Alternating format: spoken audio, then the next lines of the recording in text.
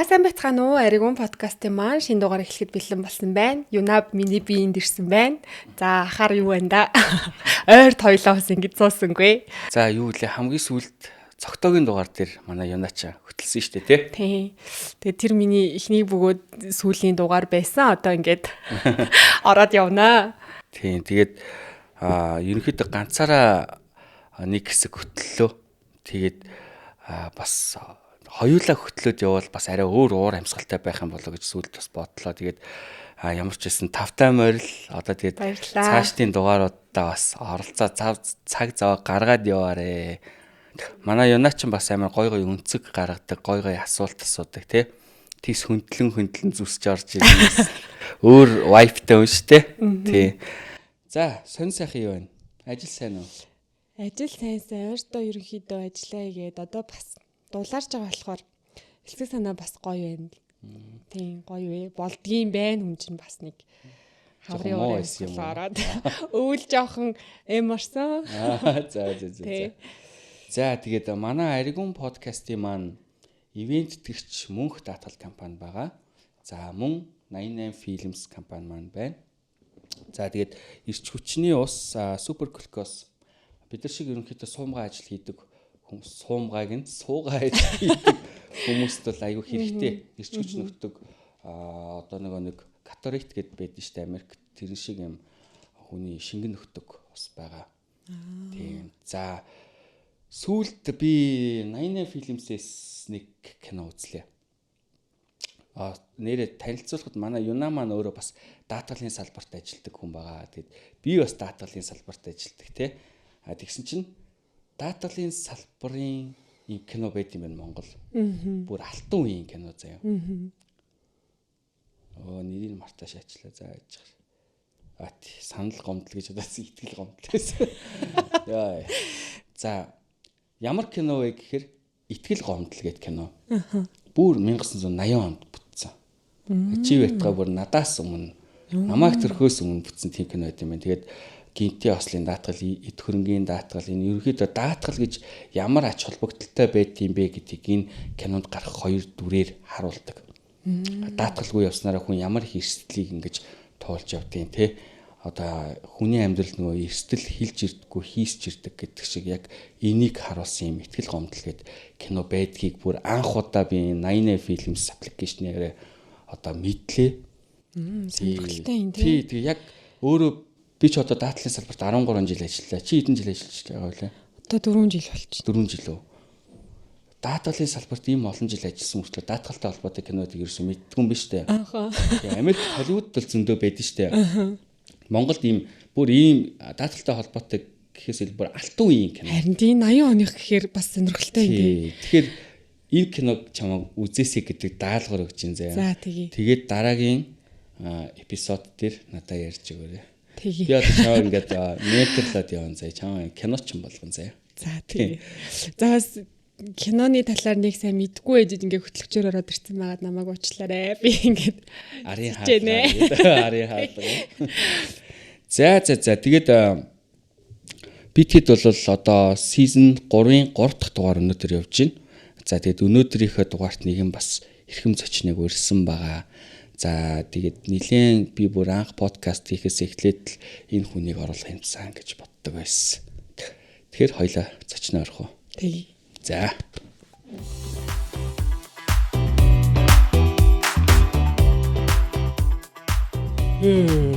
За. Би танай подкастыг мэднэ. Тий. Дандаа үздэг гэж бодлоо яриад яах вэ, тийм ээ. Ер нь бол таархаар нь тогтсон дугаарыг бол яг ингээд өөрөө гэртээ хөвчлэн ганцаараа байх үедээ ер нь бол сонсдог, үздэг. Яагаад гэвэл энэ кино ертөнцид юу болж байгаа юм, ер нь ямар үзэл бодолтой байгаа юм гэдэг чинь бидэрт айгүй хамаатай байхгүй юу? Тэгэхээр үнэхээр энэ подкастад орох гээд намайг урьсанд бас баярлалаа.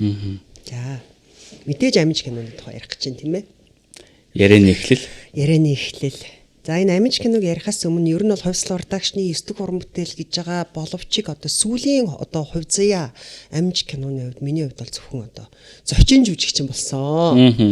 Ямар шалтгаантай юм бэ гэхээр одоо өөрөө ерөөхдөө залуучуудаа тийм ээ боломжийг олгох уран бүтээлийг чөлөөтэй сэтгэх тийм ээ бас дандаа л нэг юу гэдгийг урнагийн өнцгөр урнагийн хараагаар харах биш те шин залуу уран бүтээлчид юу бодож сэтгэх дуртай юм тийм ээ тэдний цаана юу оршиж байдгийг тэрийг илүү дэмжих хүссэн хүсээгүй юу гэдгийг миний карьер дуусна надаас хүмүүс уйдна мөн үү хувьсэл тодорхой хэмжээний өөрийн гэсэн өнгө төрхийг өөрчлөх учраас л одоо үүсгэн байгуулагч нь одоо хувьсэж бай өөрчлөгдөж бай бахиадаараа битий бай сонин хачи юм туршиж үз тэ энэ кино гэдэг бол өргөн удам энэ дэлхийн энэ том салбар юм гэдгийг бодоол мэдээж хувьсэл гэдгийг өгсөн баг. Гэхдээ хувьслын утга учир нь юу гэдгийг анх хошин шоу хийдэг гэсэн 5 удаа. Тэгээд драмын жүжиг рүү хөрвөөд ер нь бол кино салбарт бол аюу хожоо орсон. 12 жил гэдэг бол шин залуу гэж би бодод байгаа байхгүй. Тийм учраас ингэж хувьсаж хөрвөх ёстой учраас энэ нэрийг өгсөн байна. Магадгүй хувьсаж хөрвж байгаа учраас энэ амиж кино гэдэг маань энэ триллер, гэмт хэрэг тийм ээ. Триллер жанрын кино руу одоо орч үзэж байгаа нь одоо хувьслын хувьд анхных юм да. За би юу яасан сая нөгөө танаас жоохон сандраад амар сони эхэлчих амар шууд түс тас шууд аминч гэж хэлсэн байна. Жоохон сүрдээд. Тийм. За би өнөөдөр аминч киног үзсэн. Тийм бас ойр зүрээсөө үзэж байгаагүй бүр тийм триллер киносон байлаа. Одоо экшн триллер те crime. За үзэгчд одоо эргэлт гэж ярьдэн штэ бид нар те. Одоо эргэлт нэг эргэлттэй кинонуудаас ерөнхийдөө хэдүүлээ гоё спойл хийхгүйгээр яриа заа. Хэдүүлээ жоохон төгүүлсгээд нэг эргэлтэнд яг кино сонирхогч бидний хувьд бол ийм цадхаа байцсан байлаа нэг юм хоолоо ингээд нэг юм тий талын ханамжгүй аминч киноны хувьд бол намайг бол ийм цадтал хоол гэсэн бохоггүй. Би бүр маш өндөр сэтгэл ханамжтай гарсан. Тийм. За тэгээд энэ кинон дээрээс ер нь одоо хэцүү зүйл нь юу вэ те? Одоо та сая трейлер руу орж ийн гэтгсэн шүү дээ те. Ер нь бол одоо юу сурч аваа? Одоо шинэ амиж киноноос. За миний хувьд бол юу гэдгийг амиж киноноос гэлтэхгүй ер нь бол би ихвчлэн залуучтай ажилт юм байлээ. Ихвчлэн ер нь босод өмнөх киноноор ч гэсэн яг тэгвэл хичнээн уран бүтээлч хүн чинь өөрийнхөө орсон бүтээс өмнөх уран бүтээлүүдийг ч юм өгөөс гэж юусэн болохгүй тийм ээ. Тэгэхээр чин кино болгоноос л суралцдаг. Айлгын киноны хувьд бол жишээ зэрлэг зэсгийн үлэмжтэр бол би киноны план тийм үү. Крупний средний тэгээ опши одоо wide бүх юу ч мэдэхгүй. Зөвхөн юунд найдаж орсон бэ гэхээр нэг жүжигчний нэг тайзны ажлыг 22 жил хийсэн. Тайз дэлгэцийн одоо бакалавр зэрэгтэй жүжигчний одоо мэргэжлийн жүжигчин гэдэг мэдрэмжэн дээр л нэг найдаж орж байгаа юу гэхээр ямар ч киноны мэдрэмж авахгүй орчихсон байхгүй. Тэгээд би одоо киноны би өөрийнхөө анхны багшийг би отхон зориг зурлаач гэж боддог байхгүй юу. Манай зэрлэг сүлэмжийн ерөнхий зурлаач. Надаа бүр ингээ камера тавьж хагаад хичээ дуран ингэж солилтын. Энэ бол ийм том балаан. Энийг восьморк гэдэг юм. Энийг бол ингээд бүр ингэж зааж өгчсэн байхгүй. Тэгээ надаа өөрийнхөө нөгөө кино урлагийн дээд сургууль сурч ирсэн ийм жижиг юм сурах бичгээ бүр хүртэл ингээд зорж авчаа. Та энийг нэг унш та гэд ингээд. Тэгээд зураг авалтан дээрээ зэрэг би ингээд суралцаа явж байгаа байхгүй. Тэгэхээр магадгүй нөгөө зэрлэг зэсгийн хүлэмжин дээр нөгөө өөрөө тайзан дээр 22 жил одоо ажилласан хүн чинь намайг жоо хэтрүүлэгтэй тоглоод байна гэдэг ингээ яриа гардаг байхгүй юу? Хүн энэ ертөнцийн маш олон төрлийн зан характертай авиртай. Хүн орчин тогтнож идэг тийм ээ. Тэр хүний дүрийг жүжигчин хүн хийдэг байхгүй. Бүхэн даруухан биш. Тийм ээ. Хинийг өөр тийм ээ. Тий. Охин маш даруухан гоё үзэсгэлэнтэй тийм ээ. Би амьдрал дээр асар их тийм темпераментний сэтгэл хөдлөлтэй одоо миний урнаа нэг утгастай байгаа шүү дээ. Тэгээ тэрэн дээр болохоор цогцлмоо гэдэг нэг архичин эмэгтэй дүр дээр ажилласан л та. Мэдээж алдаатай юм би. Яг тэгвэл миний анхны юм учраас. Гэхдээ дийлийнх нь азар оноотой байсан. Тийм. Дүр дээр жүжигч хүн ажиллана гэдэг ажиллагааг зөвхөн өөрийнхөө мэргэжлийн төвшөнд өөрийнхөө ажилласнараа би бол бахархдаг. Одоо таны ингээд дөрүүдийг бодохоор ингээд нэг юм одоо юу гэмтэй зарим эмэгтэй жүжигчид болохоор юм дандаа нэг юм гоё эмэгтэй байгаад идэв штэ нэг дандаа л нэг юм гоёороо л харагдах гэдэг те. Би таны бүтээсэн дөрүүдийг харахаар ингээд нэг юм нэг муухай аим архичаа авгаа байгаа юм те. Тэнгүүтээ нэг юм аим гоё юм цэмбэр юм гоё биетэй аим гоё эмэгтэй болчихж байгаа. Тэнгүүт нэг болохоор ийм зодтолтой бүр амар зодтолтдог ийм цагдаагийн дүрт тоглолцож байгаа.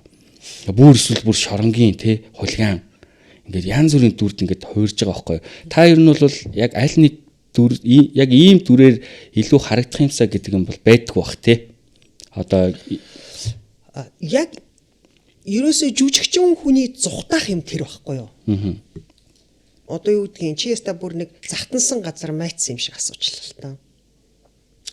Мэргэжлийн жүжигчин хүн. Би ч нэг мэргэжлийн гэж жоохон хүний дургу үргэж ярьдаг байхгүй юу. Тэгэхээр одоо өөрөө мэргэжлийн жүжигчин юм чинь тэгээд мэргэжлийн академик театрт би 22 жил ажиллаад энэ мэргэжлийн салбарт ажиллаж байгаа уран бүтээлчид одоо ингэж ярихаас ч өөр аргагүй. Мэргэжлийн жүжигчин бол дүр дээр ажиллах хэрэгтэй. Дүр гэдэг маань зүгээр эхний зүгээр соёл урлагийн сургуулийн жүжигчний ангийг төгссөн эхний анхан шатны хүн бол зүгээр одоо цагаан толгоно гэх юм бол үнэн байх хэрэгтэй. Үнэн гэдэг маань жүжигчинд байх хамгийн энгийн наад зах юм баггүй юу? Хэрвээ үнэн тоглож чадахгүй байгаа жүжигчин бол тэр бол мэргэжлийн жүжигчин бол биш уучлаарай. Энэ эхний юм яриад штэ. За тэрний дараа авир хараншин тоглоно. За нэлээд туршлага хоримтлуулна. Мэдээж тэр чинь шууд авьяастаа хахтан болчихгүй. Тэгэнгүүтээ жинхэнэ характер дүр гэдэг юм. Мундаг жүжигчдийг юудаг одоо 20-30 жилийн жүжигчнийхаа карьерт тийм ээ 2-3 хаан дүр ганцхан дүрээр өөрийгөө ингээд хамгаалдаг гэж ярьдаг. Энэ үнэн шүү дээ. Тэгэхээр дүр бүтээн гэдэг ямар хэцүү юм бах вэ? Одоо жишээ нь нөгөө тунгалаг тамирын ихтгэл баян гэдэг шиг тийм ээ. Энэ бол дүр гэдэгтэй адилхан. За манай дээр үеийн одоо тэр алтан үеийн домог болсон жүжигчдийн асуудал яг одоо үед өөр юм байж. Одоо магадгүй манай кино урлагийн энэ одоо төрөл жанр жүжигчдийн дүр дээр ажиллах ажиллагаан дээр бас нэг өөр орны урсгал орж ирээд байгаа байхгүй юу? Одоо солонгос киноны ч юм уу тийм ээ. Заавал хөөрхөн л харагдах ёстой. Заавал амар тийм хөрвөх мөр. Гэхдээ мэрэгжлийн гэж үзэж байгаа тохиолдолд заавал дүр дээр ажиллана. Тэрнээс иш зүгээр нэг кинонд улаан малгай өмсөд, бор дээл өмсөд, нэг сахал наангуудаа тэрнийхээ дараагийн кинонд ямар ч өөрчлөлтгүйгээр болтойныхоо өнгийг солиод тийм ээ сагалгуу болоод энэ дээр нэг мэнг наагаад энэ бол дүр биш ээ. Энэнд үзэгчд хууртах хэрэггүй. Манай Монголын жүжигчдийн ур чадварын одоо төвшин бол чансаа бол сайн. Би зүгээр залхуул гэж хардаг. Маш хурдан үйлдвэрлэх сонирхолтой. Нарийн ажиллагаа хийх боломж нь байгаа даахт чинь одоо цаг хугацаанд баригддаг юм уу? Таны одоо яг зоочлаарай. Би одоо ганцхан юм асууч нэг охиноо яриулдгүй. Одоо би одоо ингэж 5 кино бодоход яг тавуула тис өөр урнаа байгаа байхгүй. Жишээлбэл зэрлэг цэцэгсийн хүлэмж тий. Тэгээд зүрхээр зэрлэг цэцэгсийн хүлэмжээр та нэг юм муухай аригчаа аваагийн дүр тоглосон шүү дээ. Дараа нь одоо би яг зүгээр тухайн үед ийм подкаст бүр хийхээс өмнө хэдэн жилийн өмнө магадгүй тэгж боддог гэсэн. За жүжигчин урнаа гэдэг хүн бол яг одоо өшөг авах гээд гараад ирчихв яавал гэж бодож ирсэн. Ингээд нэг би ийм хүн биш шүү гэж байгаа шиг юм зүрхээр надагчтай гарч ирсэн те. Аим гоё юмхтэй болоо гараад ирсэн те. Тэгээд тэрний дараа ингээд түрүүний хэлсэнчлэн ингээд ямар ч байсан таны одоо бүтээсэн дүрүүд бол тавуулаа бол тис өөр ийм одоо хараншинтай BBL-тер одоо тий хөдөлгөөний хувьд ч тэр ерөөс бүх юмараа тис өөр байд юм байлээ. Би бас цаг хугацааны хувьд яг өөр ярьчлаа. Нөгөө амар буцаж гарч ирдэг нь миний нууц гэх кино. Тэрэн дээр ингээд 2 3 ийм дөрүүдийг бас оруулж өгсөн байдаг шүү дээ. Тийм тэр киног ярихсан болов уу? Би нөгөө яагаад нөгөө залхуу байна гэдгийг хэлээд байгаа юм бэ гэхээр бидрийг нөгөө байнгын формтой байх хэрэгтэй тийм үү? Жүжигчин гэдэг чи яагаад гэвэл бидний энэ алтхан биеийг үзэж байгаа. Тэр үзэгч бидрийг үзэхийн тулд өөрсдийнхөө зүдэрч болсон мөнгөөрөө тикет билетийг худалдаж авч байгаа тийм ээ. Тэгэхээр бид нар хүндлэн гэдэг маань мэргэжлийн хувьд этик ёс зүйн хувьд бол бид нар бэлэн байдалтай байх хэрэгтэй. Тэднэрт одоо бидний сайн ажиллана гэдэг маань чанартай бүтээгдэхүүн одоо өгч байгаа гэсэн үг үстэй тийм ээ. Одоо тийм л энэ бол айгүй амархан ойлгоход бол.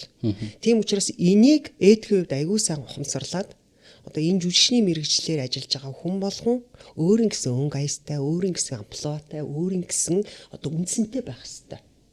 Тэрний цаана заавал хөдөлмөр оршиж идэг. Тийм учраас энэ манай бүр үнэхээр гайхалтай жүжигчд байдаг. Одоо төр дээр үнэхээр яг мэргэжлийн одоо хандаж дүр дээрээ ажилдаг одоо жүжигчд байна. Миний хувьд бол үнэхээр манай Монголын жүжигчдийн зүгээр би сая ингээ Монгол хаан төсөл дээр ажиллаад олон улсын одоо тайзан дээр тоглож байхад манай жүжигчид юугаарч дутхгүй юм байна. Манай жүжигчдийн ур чадвар үнэхээр мундаг юм байна. Бид нэр маш их хөдөлмөрлөх хэрэгтэй юм байна. Бид нар хэл сурах хэрэгтэй юм байна. Бид нар залхуу хизээж байж болохгүй. Тэгээд өөртөө байгаа жохон авьяасанд дулдуйдаж болохгүй юм байна. Мэдээж авьяастай мөн өгдөлтөй. Тэрийг зүгээр нэг ингээд хийгээд ээж бас боломгүй санагдаад байдаг байхгүй. Тийм учраас нөгөө бие сэтгэлийн форум, хөдөлгөөний форум, эвсэл тэгээд одоо өөрийгөө би илүү синтез универсал одоо тэ бүхэл төрлийн тайзан дээр дэлгэцэн дээр би өөрийгөө ингээ мэрэгжлийн жүжигч ингэж өөрийгөө хүндэлдэг уран бүтээлч бол маш өөр дээр ажиллах хэрэгтэй л гэж одоо ойлгодог юм байгаа юм. Одоо ихтэй ер нь ингээд та ингээд таны бие чинь ингээд өөрчлөгдөхгүй ингээд ер нь царай чинь өөрчлөгдөхгүй ингээд нэг л юм формтой байгаад идэв штэ. Та ер нь яаж энэ одоо өөрийнхөө форм ингэж хадгалдаг вэ? Одоо фитнест явдаг уу жишээлбэл? Хувийн багш дасгалжуулагчтай юу? Би 20 жил фитнесээр хичээлж байгаа. Мэдээж одоо ингээл 50 нилийн гараа явчлаа штэ. Тэгэхээр чин бас ачааллаа бууруулна те янз янз одоо жишээ нь түрүүний аминч кинонд өнгөрсөн зун тоглож байгаад би бэртэл асан. Би за яадаг. Нөгөө юу миний нууц дээр би баруун хөлийнхаа ахилийн шүрмсийг тасалж ирсэн. Тэгээд би зураг авалт азар нэг 95% авцсан. Сүүлийнхаа ганц 2 сценүүдийн опши одоо планыг орлон тоглогчтой дуусгачихсан. Саяны аминч кинодын хамгийн харамсалтай нь кино зураг авалт эхлэхээс өмнө одоо 3 хоногийн өмнө би одоо тулааны бэлтгэл хийж агаад нурууныхаа дискийг урсан. Тэгээ яалтчгүй нөгөө бүх төлөвлөгөө өөрчлөгдөөд одоо гэмт хэрэг хийцэл гэсэн үг шүү дээ киночтой хувьд бол тэр чинь миний хариуцлага байхгүй тэр чинь. Тэгээд киноны сүүл хэсэг рүү тулааныхаа хэсгүүдийг оруулаад тэгээд бүстэй хажуудаа эмчтэй зураг авалтаа дуусгасан. Тэгээд яг хүнд одоо тэр хан руу савуулж байгаа хэсэг байна шүү дээ одоо чи үдсэн бол тэр савуулж байгаа хэсэг one shot бол ямар ч аврах найраа байхгүй. Яг тэгвэл тэр бол акшн явлаа, кат хүртэлтэй. Угаасаа тасралтгүй явж байгаа хүртлээс орлон тоглож авах ямар ч боломжгүй байсан. Тэгээд азар манай сонгон шалгаруулалтаар Монгол станди яг миний бие пропорцтой адилхан эмхтэй орлон тоглож гарч ирсэн. Тийм бахаа.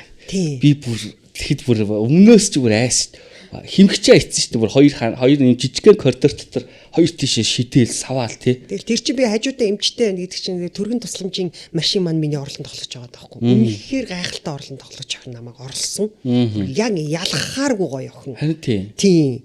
Тэгээ ерөнхийдөө энэ бүр ингэ шанааны энэ биеийн нүүрний хэлбэр мэлбэр нүрт надтай адилхан. Тэгээ би яг энэ урнаагч мөн үү биш үү гэд зодуулж хоёр тийшээ савуулжаад газар ингэсэн чинь мань нөхөр ингээ нүрээ дараа зодолцсон. Тэгээд царийг нь харж чадаагүй байхгүй юу? Ер нь бол одоо тэр нэг турбаагаар ингээд нэг цохиулаад ингээд шидэгдэж байгаа хэсэг байна шүү дээ. Тэр чинь жишээ нь орлон тоглогч.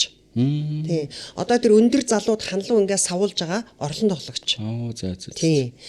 Тэгээд нөгөө яалтчгүй мастер шотуудтай хэсэг дээр өөрөө тоолсон. Тэгээд ноён эмэгтэйгээс аминчийн хоорондох 2-3 жилийн зайтай ийм акшн кинонд тоглох бол хүнд бол өстой мэдгэддэг юм бэл. Одоо би нэг худлаа ирч хүчтэй чадaltaй ваамаа гэдэг надад мэдээ шаардлага алга. Ер нь бол бурхан хэцүү юм бэл. За амиж гэснээс таандар чи яасан мундаг жүжиглт юм бэ? Одоо таандар чи өмнө кино тоглож исэн юм уу? Үгүй байхгүй юу? Та хэд л нэвдсэн үү те? Танай найруулагч. Манай хувьсал продакшны нэг өөрийн нэг стандарт байдаг л та. Тэр нь юу вэ гэхээр тухайн жүжигчнээ одоо сонгон шалгуулалтаар ирс сонгосон бол бэлтгэл сургалтыг багтаа ингээд бүр багтаа 2 сараар хийдэг байхгүй юу? Мэдээж та нар жүжигч юм бол биш. Тийм. Гэхдээ манай хувьсал продакшны 45 гэдэг жүжигчний анхан шатны сургалтыг айгүй тийм хичээл зүтгэлтэй хүүхдээ өөрөө сургалтаа орж ирээд надтай танилцаад ингээд тэр хичээл номоо заалгаад явдаг гэсэн. Гэтэ тэр нь болохоор кинон тоглоом болно гэсэн ямар ч тийм тохиролцоон чүрээгүй тухайн үеийн зохиолч төрөг байсан байхгүй юу? Тэгж яхад нь энэ ер нь бол юмтай хүүхд юм байна, өгдөлтэй юм байна гэж хараад тэгээ шалгалтыг аваад за гэж өнгөрч байгаа шүү дээ тэр чинь. Тэгээ дараа нь аминчийн зохиол бичгтээд ер нь сонгон шалгаруулалт явуулаад тэгээд таандар дээр тогтоод одоо би тэр хүүхдийг би нэг энэ рэпрүүд энэ юу айгу тийм өөрөөр боддог байхгүй юу. Тэгсэн чинь манер болохоор бүр үнэхээр тийм бүр ингээд цаанаасаа тийм өгдөлтөй урлагийн хүн юм бэл. Хүмүүс хараад л наа үгүйс нэг мөөгс нэг ийм л гэж бодоод байгаа штэ. Яг ингээд киноны зураг авалтан дээр манай кино групп зураг авалтын бүр гайхаж байгаа юм чи. Тэр хандлага, тэр хичээл зүтгэл яг мэрэгжлийн жүжигчин шиг. Жүжигчин хүн гэдэг чинь угаасаа ер нь бол би одоо сурдаг гэхээс илүү төрдөг гэж боддог байхгүй юу? Яг манай өвөө чинь бас жүжигчин штэ. Гэхдээ мэрэгжлийн жүжигчин биш. Манай өвөг ардын жүжигчин Дамчаа гэдэг байхгүй юу? Манай аавын аав. Тий, манай өвөө чинь мэрэгжлийн жүжигчин хүн биш байхгүй юу? Төмөр замын соёлын ордонд гитар дараад орсоор дуудуулдаг төмөр замын машинист хүн багт нь үер киноны үеэр орс хэлтэй юм жүжиглчих монгол хүн олдохгүй. Тэгээд хамгийн сүүлд нь өвөө дээр проб аваад тэнцээд тэгээд жүжигчний карьер нь эхэлж ирсэн байхгүй. Сургууль мөрөөлд сураагүй. Тэгэхээр жүжигчний мэрэгжил гэдэг өөрөө төрмөл юм байна л гэж. Одоо түрүүний чи тэр дүрийн тухай ярьсан шүү дээ. Одоо нөгөө ихтгэлд баяны ихтгэл очир утгай гэдэг шиг. Тэгэхээр Дамчааг бол домог байхгүй юу? Тэд нар молон бол дүр байхгүй юу? Одоо жишээ нь. Тийм. Тэгэхээр үнэхээр одоо юу гэдгийг сургуулийн дүүргээгүйч гэсэн үнэхээр тийм яг алтан үеийн яг мэрэгжлийн бус жүжигчид мэрэгжлийн театрт ажиллаж исэн тохиолдлууд бол зөндөө байдаг. Тий. Тийм учраас одоо би хүмүүс ингээл таандрыг жишээлбэл кино тоглонгууд зарим нэг юм дуугаал дуулна үсттэй мэстэй гэсэн мерсэр юм уншижсэн бохгүй юу? Тэгмэд би тэр хүмүүс хэрэг үзчихвэл жүжигчин гэдэг чинь ер нь бол төрдийм тий тэр төрмөл авьяасыг харин найруулагч ингэж одоо нухаж гаргаж ирдэг байхгүй юу? Тэр мэр яхав дээ. Тэгээд угаасаа таандэр гэдэг одоо хувь уран бүтээлч энэ рэпер дуучин залууг одоо тэр дуугийн дэмждэг сонсдог залуучууд нь хүндэлдэг те залуучууд нь тэгээд эерэг хандлагаараа юу гэдгийг хүмүүсийг ингэж тийм ээ дандаа манлайлж идэг гэдгийг угаасаа одоо сонирхдаг бүх залуучууд л мэднэ. Киноны хувьд анх удаа орж байгаа. Тэгэхээр үнэхээр мэрэгжлийн биднийг үнэхээр ингэж те хандлагаараач тэр сахилга батаараач тэр мэрэгжлийнхаа үднээс тэр гайхшруулж гэдэг чинь энэ нүхт угаасаа амжтай ч вэ амжгүй ч хол явах хүүхд тахгүй юу? Угаасаа энэ нь бол ойлгомжтой. Тий. Тий. Тэгээд анх удаа бүтээхэд хамгийн гол нь маш хэцүү дүр байсан тэр бол тэр одоо нэг юм хിവэрээ яваад байдаг дүр. Одоо би яг ярих гээд ярмааргүй. Гэхдээ зүгээр нэг Батаа гэдэг хүн яг Батаагаараа байгаа юм тийм дүр бол биш байхгүй юу? Батаач юм шиг, Доржооч юм шиг, Дулмаач юм шиг яг нэг юм өөр маш бүтээхэд хэцүү дүр байсан. За. За тэгээ кино зураг авалтын үеэр ерөнхийдөө хэр хугацаа зарцуулсан бэ? Яг зураг авалт бол 2 сар. Яг зураг авалтын процесс нь бол. За тэгээд ер нь бол киноны арт чинь зураг авалтаас илүү хамгийн их чухал юм чинь пост продакшн ажил гэдэг. Тий.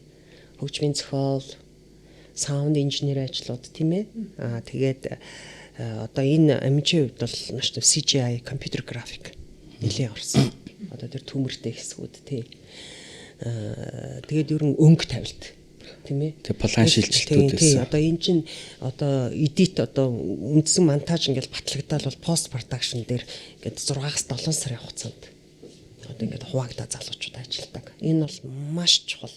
Кино бол угаасаа багийн ажил байдаг. Тоглосон хүмүүсний ил гараал магтуулаад алдар нэрт хүрээд идэг боловч энэний арт ер нь манай кино салбарын арт ажилдаг залуучууд маш даруухан хөдөлмөрч хүмүүс байдаг. Тэ. Тэгээд нөгөө бүх продакшнда ингээд нүгэд ажилчдаг болохоор яхаа мэддэг. Уран бүтээлдээ үнэ сэтгэлээ зориулдаг. Ер нь тийм хүмүүс байдаг шүү дээ. Тэгээд даанч харамсалтай нөгөө ингэж мандан бадардаг. Тэ. Фронттойгоо хүмүүс нь л мандан бадардаг. Тий. Сүүлд та нөгөө найруулагчтай ингээд хувьсэл продакшны зүгээс машин бэлгэлсэн байсан шүү дээ. Тэр над айгу гой санагдсан байхгүй юу? Яг юугаараа гой санагдсан бэ гэхээр би тэрийг зөвхөн кино талаасаа биш. Одоо альбом байгууллагууд одоо алдаж боломгүй чадварлаг боловсон хүчингүүтэй зөвхөн цалингаар уйдаг те. Ер нь бол цалингаар биш одоо байраар нь ч юм уу, машинаар нь ч юм уу ингээд тэр хүнийг ингээд одоо чи манад ингээд маш ус сагаар шиг хэрэгтэй хүн шүү гэдгийг мэдрүүлэх юм бол тэр хүн бол өстө цаашаага бол өстө чүүгээл явна штэ ер нь бол тий. Тэгээ ер нь яг хоо бүх л байгууллага тийм байгаасаа гэж би яг тэр постыг хараад бодож ирсэн. Яг гоо тийм мундаг юу гэдэг манай кино урлагаас өөр салбарууд бол байдаг бах уу. Ер нь бол ажилчдаа урамшуулдаг юу. Тэгээд энийг яагаад ингээд хүмүүс нөгөө янз янзаараад байгаа байхгүй. Заавал энэ шагналаа ингээд жилэн бил өгөөл мөгөөл попрол киноныхаа реклам болгоод байгаа шүү дээ. Шаардлага байна өчтдөг юм тийм ээ.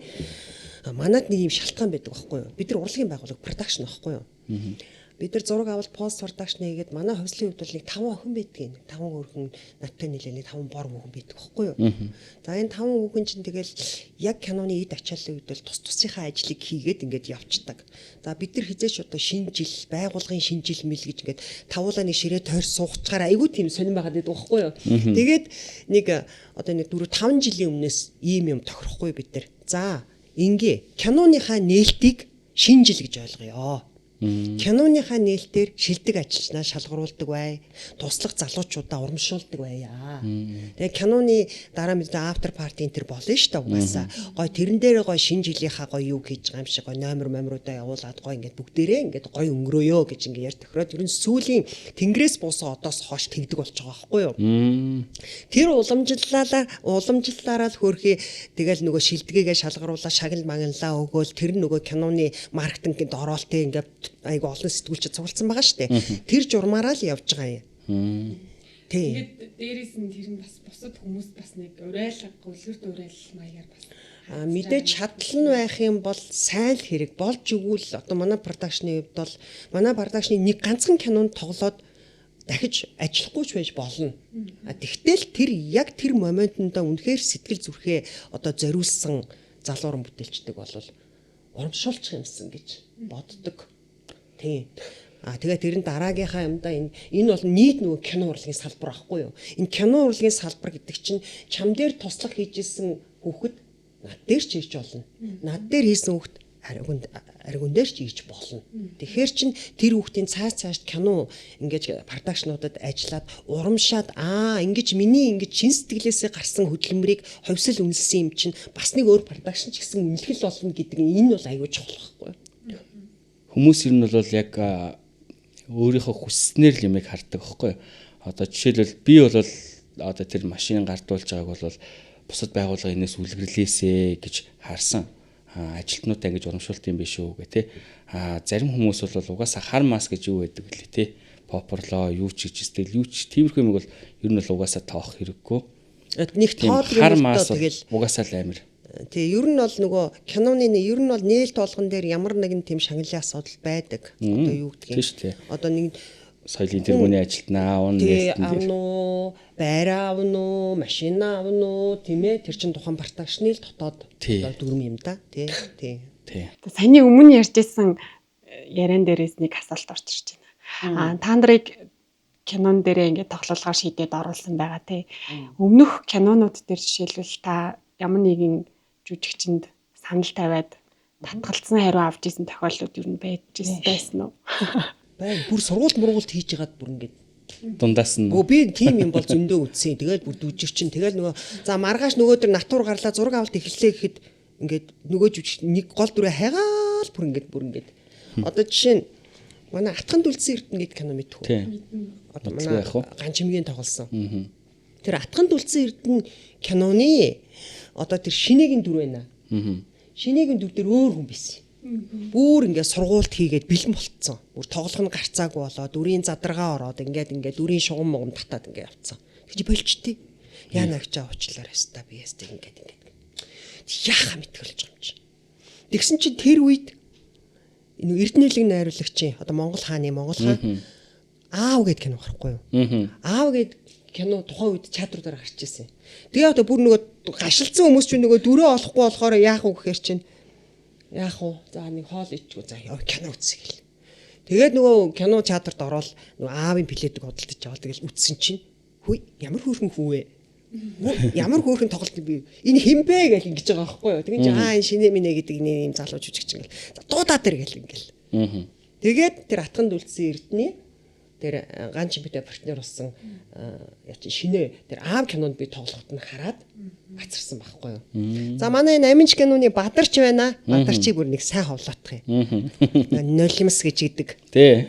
Энэ нулимс. Тэр нөгөө чин зэрлэг цэцгсийн хүлэмжийн тэр нөгөө нэг өөрийгөө Чингис хаан гэдэг нэг сэтгцэн өвчтэй залуу шүү дээ. Тэрэнд тэр байсан шүү. Оо тийм үү. Бүр би тэрий чи бүр ингээ хараад айгуу тийм өрмөц жүжигч юм байхгүй юу. Тэгээд бүр ингээ товлоод энэ байхгүй. Тэгээд тэр одоо энэ тоглосон хүүчин тойд кино урлагийн сургуульд оюутан байсан байхгүй. Тэгээ орж ирж ирсэн. Би чинь бас тиймэрхүү юм таарна ш та бас энэ чинь кастинг бүрдүүлнэ гэдэг чинь киноны бараг 50% гэж үздэг байхгүй юу. Тэгэхээр чинь маш чухал кастинг бүрдүүлж ингэж одоо биш тэ кастинг бүрдүүлээд ахаа анаа игээ анаа манаа агаа магагийн асуудал ерөөсөй байхгүй. Ер нь урлагийн салбар өөрөө цаашаа айгу шудраг хөгжинэ гэдэгт би айгу итгэлтэй байдаг. Тийм учраас нөгөө миний улиг болсон үг хувьслан урдаагчны хаалга ямар ч залуу хүмүүтэлч нээлттэй. Хинч байсан чин сэтгэлээ дагаад үнэхээр авьяас чадвартай байгаад тэр нэг хилтэрхийн гэл ингээ харагдтал юм бол одоо энэ жүжигчний мэргэжил сонгосон найруулагчийн мэргэжил сонгосон те ер нь энэ кинотой холбоотой мэргэжил сонгосон бүх хүүхдүүдийг одоо үүдээ дэмжиж ажиллахад бол хувьслан урдаагч бол үнэхээр бэлэн байдгаа л гэдэг одоо хэлээ да. Чин сэтгэлээсээ ингээ цаашаараад хүцэн өвтөж байгаа өнөө төр тоглолцлого гэж. Ерөөсө хөдөлгөөнгөө тэр зургийг хит хоног авсан жаваа гэдэг хөвтчихлээ. Хувьслын кинонд орж ивэл цараймаар орохгүй. Зүгээр энэ биштэй тэгээд хэлэхэд болоо. Одоо жишээ нөгөө аминчин сая нөгөө би саяны яг чамайг наатгаж ярихаар нөгөө чапи санаанд ороод бас мууха маяа юу эвгүй байгаа зү тий дүрн тий одоо ингээд дүр дээр ажиллаж байгаа одоо жүжигчин хүн одоо жишээ нь би би архичны дүр тоглохгүй гэж одоо жишээ нь би тэгээд зэрлэсвэлэмдээ надаа муухай санагдчих ч юм уу тийм байж болж энэ чинь ерөөсөө жүжигчний эд гэд болохгүй байна. Дүр бол дүр. Ерөөсөө яг тэгвэл бидний ажил واخхгүй. Тэгээ бид нар нөгөө чапи санал тавихгүй юу? Чапи ч ойр дэлгэцэн дээр гараагүй. Тэгсэн чи чапи наад амьдрал чи би мэдэн ш. Гэнийг ороод ирж байгаа. Амар баярлж байгаа байхгүй юу? Тэгээ нэг уулзааг удцсан. Тэгэл дүр дээр ажиллаад ингээ урнаа хастаа айгу гоё байна. Би чамтай хамт ингээ тоглоно гэх надаас үнэхээр гоё байна гэл те. Тэгэж айгу таатаа сэтгэлтэй хүлээж авдаг нь байна. Зарим нь яасан муухай дүр ингээ орохгүй гэдэг бас хүн байна. Янз янз. Чапи ахыг гэдэг би таниагүй ш тэгэхээр тараад. Танихдаггүй байна гэдэг чинь жүжигчний хувьд маш сайн. Тэр ялангуяа тэр нөгөө ажил явдал дээр байгаа тэр хоол идж явах тэр нэлийн хэсэг тэр бол эхний хэсгийг ерөөс таниагүй. Тэгээд яванда жоохон нөгөө зодон модон болоод ирсэн чинь яг царайн үндсэн царайн гарч ирж илээ цанаас нь. Дүр гэснээс одоо энэ зэрлэг цэцгсэн хүлэмжийн тэр цогцлын дүр бол бас миний сэтгэлд амар хүрж исэн л да. Би тэр киног бүр 2 удаа үзчихсэн кино театрт. Тэгээд бас нөгөө үсээ хусуулдаг хэсэг байдаг те. Тэр бас амар тийм золиос болж байгаа бас хэсэг шиг санагдсан. Тэр бол бас вон шат штэ те. Одоо яг ингээд шууд ингээд тусаж байгааг ингээд яг шууд авч байгаа харагдчихсэн. Тэгээд та тэр тийм дөрүүдэд бэлгэхэд танд хэрэг хэцүү байдаг вэ? Ер нь та шууд өөрөө зориглол чадна орно энэ бүтүр болно гэд ботод ордог уу? Эсвэл нэг сэтгэл зүйн хувьд ч юм уу нэг бэлдэх хэрэг бас байдаг уу? Ер нь яг хусж яхад ер нь яг ямар байсан бэ л те. Би яг найзуудаараа ч юм уу уран бүтээлчтэй ч юм уу ингээд тойроо сууж явахдаа ер нь өөрийнхөө юм дүр тоглож явахдаа ингэжсэн тэгжсэн гэдгээ ингээл сонирн болгоол инээдмийн болгоол янз бүр ярьдаг л да. Гэхдээ би ингэж зурагтаар ярьж байгаагүй юм байна. Надад бол өөрт ямар ч тийм нөлөөлөл өгдөггүй. Би олон драмын тайзны жүжигэн дээр үхэж үзсэн. Тэ. Канон дээр янз бүрийн эрсдэлтэй алхмуудыг хийж үзсэн. Тэгэхээр нөгөө жүжигчүүний өөрийнх нь ажил юм уу нэгдүгээр би сэжигэлдэггүй. Тий. Би тэр зүгээр ажиллал дүрл гэж хардаг. Тэрэн дээр надад хэрвээ энэ мэргэжийг сонгосны дараа энэ тоглохгүй муухай сайхан гэх ямар ч юм байхгүй. Тэгэхээр тухайн нөгөө кино групп зураг авч явахдаа ингээд үсмэс усаал ингээд тэр чинь дүрдээ орж штэ. Тэр үед ингээд харж өрөвдөөл уйлж мэлж өрөөддөг байхгүй. Тэгээ тэр надад эсэргээрээ хачаа. Би өөрөө яахчгүй байдаг. Тухайн моментод төвлөрөх нь чухал шүү дээ. Одоо тэр ситуацтай тоглоод үнэмшээд тоглох нь чухал байгаа байхгүй юу. Тэгэхэд нөгөө манайх ингээд тойр зогсоол ингээд нулимсэн цэглэг янз янз болсон байдаг байхгүй юу. Саяны үсийг юм яцлаа. Бас нөгөө эмгтэй чи хөөрхөн харагдах гээд. Тэгээд нөгөө саяны аминч киноны тэр төгсгөлийн сцений зодуулдаг хэсэг байна шүү дээ. Тэр нөгөө таандарт зодуулдаг хэсэг. Тэрэн дээр бүр ингээд киноныхын тойрчоод нөгөө туслах охтууд мөхтөөч мөр хихэр татаж үйлээд олон зодлоо гэж ягаад. Тэгээд тэр чинь нэг жүжигчин хүн чинь төвлөрнө гэдэг маань зураг дуусгах зүгээр болоод гинт ингээл учиргүй тэгж тэр аимшигтай нөхцөл байдал орно гэж л байхгүй шүү дээ. Тэр чинь тодорхой хэмжээний дасах, бие төвлөрөх нэг бидний техникийн хувьд нэг процессуд байгаа шүү дээ мэрэгжлийн хувьд тийм. Тэгээд тэрнээсээ юу гэдгийг хид хідэн дүүбэл явдлаа гэхэд бол тэр мэдрэмжээ барих одоо чинь барина гэдэг чинь хэцүү байхгүй тоглохоос илүү. Тэгээд ингээл нөгөө дотор ингээл нөгөө мэдрэмжээр хаалга болчоод буцаад нөгөө яг тэр мэдрэмжээ тээхэд жоох айгу хэцүү болоод идэх байхгүй. Ямар ч авьяастай өгөгдөлтөй сайн жүжигчин за тэгэл 3 4 5 сайн тоглолоо гэж бодоход дахиад 7 8 9-гөө өмнөгшгөө мэдрэн гэдэг бол асуудал байхгүй юу. Тэгэхээр чи бид нар чинь нөгөө өөрсдийн техник арга барил гэж байна. Тэрийг айн ашиглана. Тийм ээ нөгөө сургууль соёлд үтсэн тийм ээ тэрийг ашиглана. Тийм учраас яг тэр хэсгүүд дээр ч юм уу одоо юу гэдгийг хөндлөнгийн одоо кино группийн маань одоо надаас илүү тэр дүрлүү орж ингэж уйлах автах тохиолдлууд аюу их байдаг. Тийм учраас охины асуусан асуулт нь юу лээ дүр дээр илүү сайн төлөх үү одоо сайн төвлөрч орох юм бол нөгөө түрүүний анхны ярьсан цагаан толгой үнэн байх тэр ситуац тийм ээ хэрвээ би ийм нөхцөлд орсон бол яах вэ гэдэг зарчмыг өөртөө тавьдаг. Урнаагаас өөр хүний дүрийг тоглож байгаа учраас. Тийм. За би одоо ховсл продакшны бүх киног ер нь үзчихсэн. Бүгдийг мэднэ гэж бодоод явжсэн чинь нэг кино байна. За Тооцоогүй тоглоом гэж та хаанаас ямар кино гарч ирээд хаана гараад тэг гарахаа болчихв. За би энийг ингээд ярих юм бол танаа нэвтрүүлгийн цаг нь хүрэх нүггүй юу. Гэтэ би айгүй хурдан бөгөөд ойлгомжтой яри заяа. Гэтэ энэ бас одоо танаа подкастыг үздэг киночдод бол сонирхолтой ч гэж магадгүй сонирхолгүй ч гэж магадгүй. За зэрлэг зэсгийн хүлэмж кино маань 13 онд тухайн жилийнхаа хамгийн ашигтай киногоор шалгарлаа. Ер нь бол урд өмнө байгаагүй тийм их ашиг орлогыг асарсан кино болохгүй юу? Ерөөсөө эхнийхээ юугаар л ерөөсөө тэгтэн дууссан гэл ерөөсөө тэгэл бүтэн сар гаруй хугацаанд дууссан гэдгээр явсан байхгүй юу? За дараагийн кино ч амжилттай боллоо. Чамлахаар чангатга. Тэ. Би бол киног үлгэж шүү дээ урлаг бөгөөд арилжаа гэж хардаг. Тавар тийм ээ. За тэгсэн чинь би дараа нэг л юмыг амар сайн ойлгосон. Хүн шундгийн бил. Шунангуудаа юу бодож ийн гэж мөнгө бодож эхэлт юм бэл. Мөнгө бодно гэдэг чинь яавал хөрөнгө зарахгүйгээр амар хялбар аргаар хямд төсөр зардлаар би кино хийх вэ гэдгээ бодд юм бэл.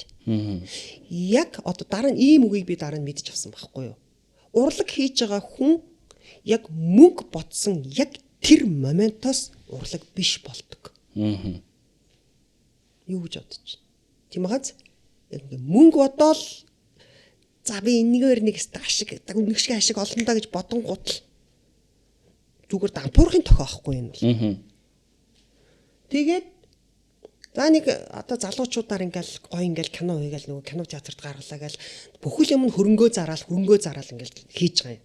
За хийгээл кино театрт өглөө. Үзэгч байхгүй. Гарахгүй шүү дээ. Би мөнгө утцсан юм чинь яах юм. Ямар ч үзэгчгүй. Маркетинг сурталчилгаа бүх юм явдгаараа л явсан. Энд одоо баг нэг 8 9 жилийн өмнөх юм ярьж штэ. Тэгээд үндсэн том продюсер юу гэсэн гэхээр маань нөхөр кино театрт киночд заяа ашгаа олохын тулд кино театрыг хөөтөл байдаг байхгүй юу. Тэгэхэд хувьсэл урдаах шиг энэ киногаа 6 хоногийн дотор өөртөө сайн дураараа буулгасан. Яагаад гэвэл бидний дараагийн нэр хүнд чухал. Тэр киноны тэрний дараагийн кино чухал болохоос биш.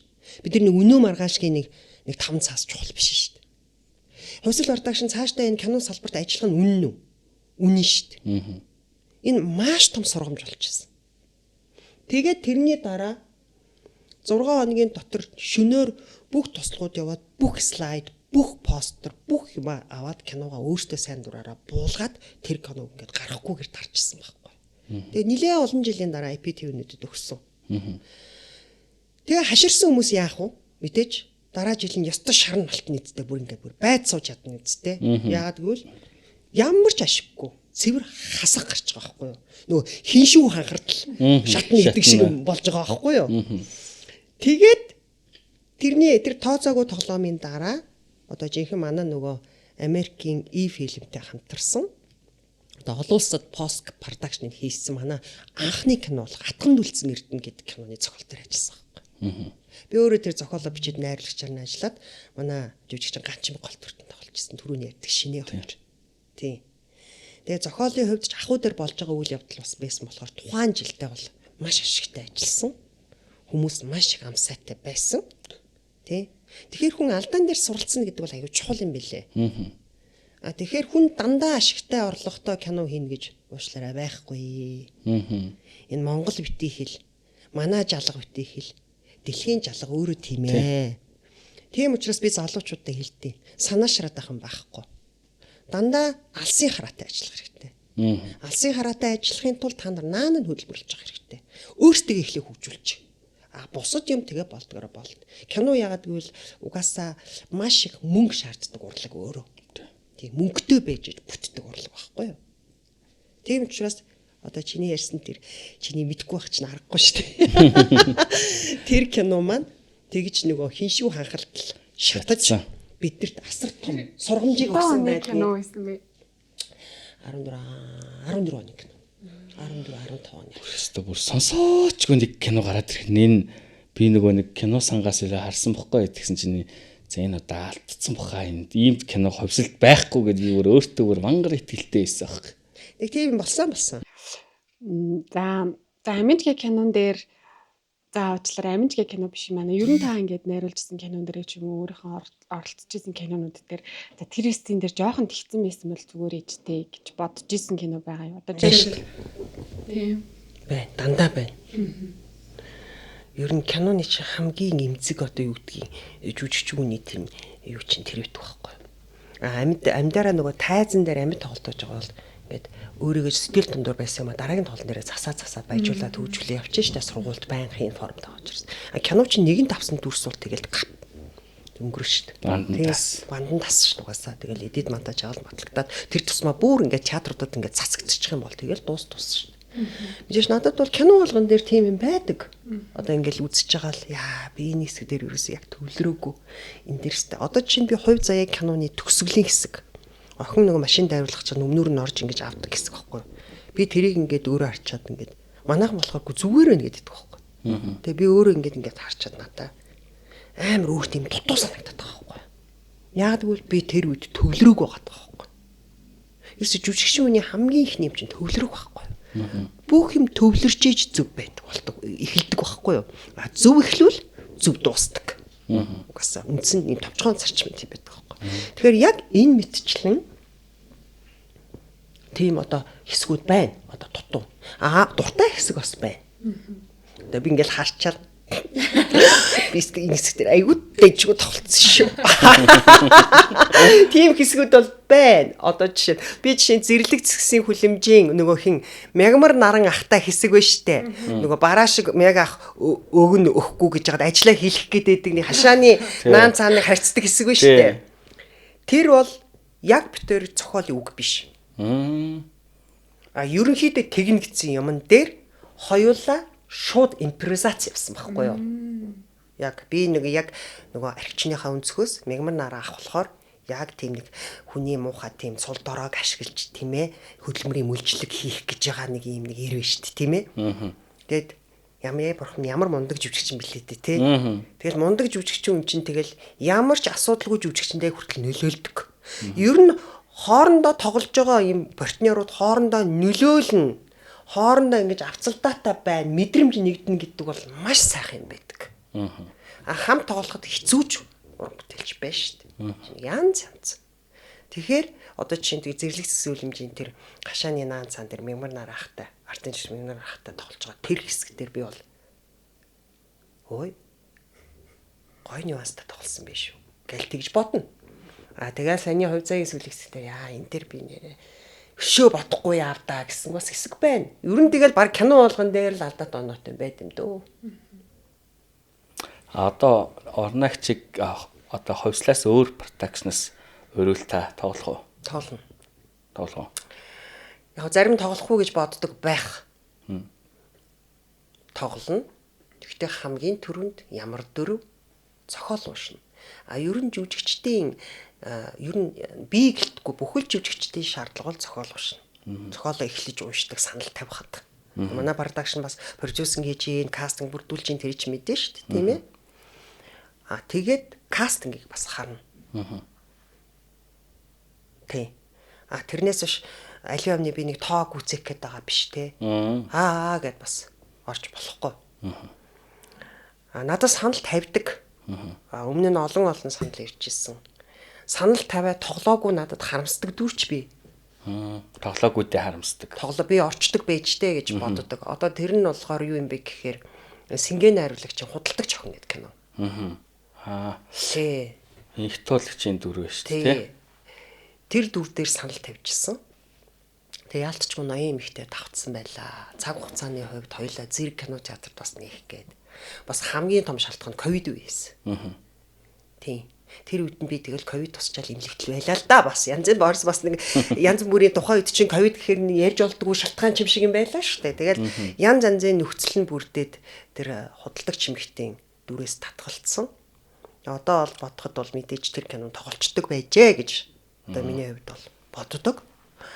Үнэхээр уран бүтээл сэтгэлгээтэй, сайхан зөв ажилдаг кастингтай, хичээл зүтгэлтэй сайхан ийм залуучуудын продакшн байсан ч мэдээж би ч баян залуучуудтай ажилдаг болохоор хамтарч тоглоно шүү дээ. Би ч уран бүтээлч л хүн. Тэгвэл одоогийн миний энэ нөхцөл байдал, одоо энэ амжийн дараах нөхцөл байдал бол би бас жоохон өөрөө үлэг болохоос жоохон эмзэгэлдэг төрлийн уран бүтээлч. Юм болгонд орол тий. Магадгүй надад хүмүүсийн анхаарлын төвд байх нь уран бүтээлчийн хувьд зөвлөдөө. Гэхдээ яагаад чи би өөрөө тийм хүн биш. Юм болгонд ингээд орох тийм надад тийм өөрийн сонирхол байдаггүй. Миний амьдралын хэм маяг тийм. Янз бүрийн хүлээн авалт ивент найз нөхдийн парти мартагс би хол хүн байхгүй юу? Би гэрээсээ гарахгүй 7-10 хон чаддаг. Бүгд чаддаг. За дээрээс нь би одоо зээтэй болцсон болохоор түлхүү бүр тэр байдлаар бүр лавшрах шинжтэй байх юм аа.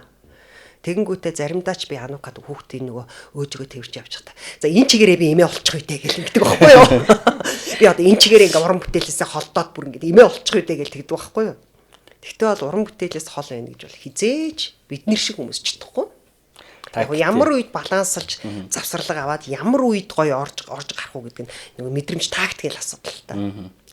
Тактикээр айгүй сайн юм явах шиг үлээ. Би Анукагийн сториноос бараг өдөр болгон таныг ингээл зээгээ хөл гарын ингээл тослоод бүүвэлээл унтуулаад ингээл team story-г байнга л харж идэж шүү дээ. Өдөр болгон л танкцсан явж явах юм тий. Би бол өөрийг бол амар сайн ээж байсан гэж бол хэлэхгүй. Тэгэхээр яг эд залуу карьер хөөж явах үедээ бол нөгөө тайзны уран бүтээлч байсан болохоор маш завгүй байдаг байсан. Тийм. Одоо бол сайн эмээ байхыг аягүй хичээж байна. Ер нь тийм ёстой юм байна гэж бодож байгаа. Тэгэл найзууд энэ төр бол одоо хүүхд төрсөн дээр амьдрал үзүүл юунд нь бити хит оролцморлц гэдэг юм бас надтай бас зөвлөгөө өгнө. Тэгэхээр би бол эсрэг байдаг л та. Надад чадал байгаад тэ миний анхны зэ шүү дээ. Яагаад би заавал ингээл бүгдийг мэдрүүлэх гээл ингээд. Тэгтээ дөрөв 2 3 дахь хүүхдэн дээр өссөөсөг л өөрөө мэдэрнэ угаасаа. Тийм болохоор би одоо анхны зэ дээрээ одоо надад ямар л чадал байна би тэрүүгээр бас тусламар л байгаа байхгүй юу. Тэгээд тусалж байгаадаа би айгу жаргалтай байгаа. Эсэргээрээ стресс тайлгч байгаа шүү дээ өөж чинь. Тийм шүү дээ. Тийм. Ямар сайн анууруу оруулчаад өөж рүү харахаар шууд ингээд юм нэг сэтгцэн өвчтөй юм шиг өөрчлөгдөж байгаа байхгүй юу бүр ингээд. Бүр тэгээд байгаа байхгүй бүр. Нэг бол та ингээл өгүүлсэн, нэг бол танаа хүн гэсэн л ингээд явж байгаа. Анока ч өөрөө хүүхдээ тэрж үерт юм уу? Ер нь бол өөрийгөө сайн эмээ одоо байна л гэж бодож байгаа. Тийм.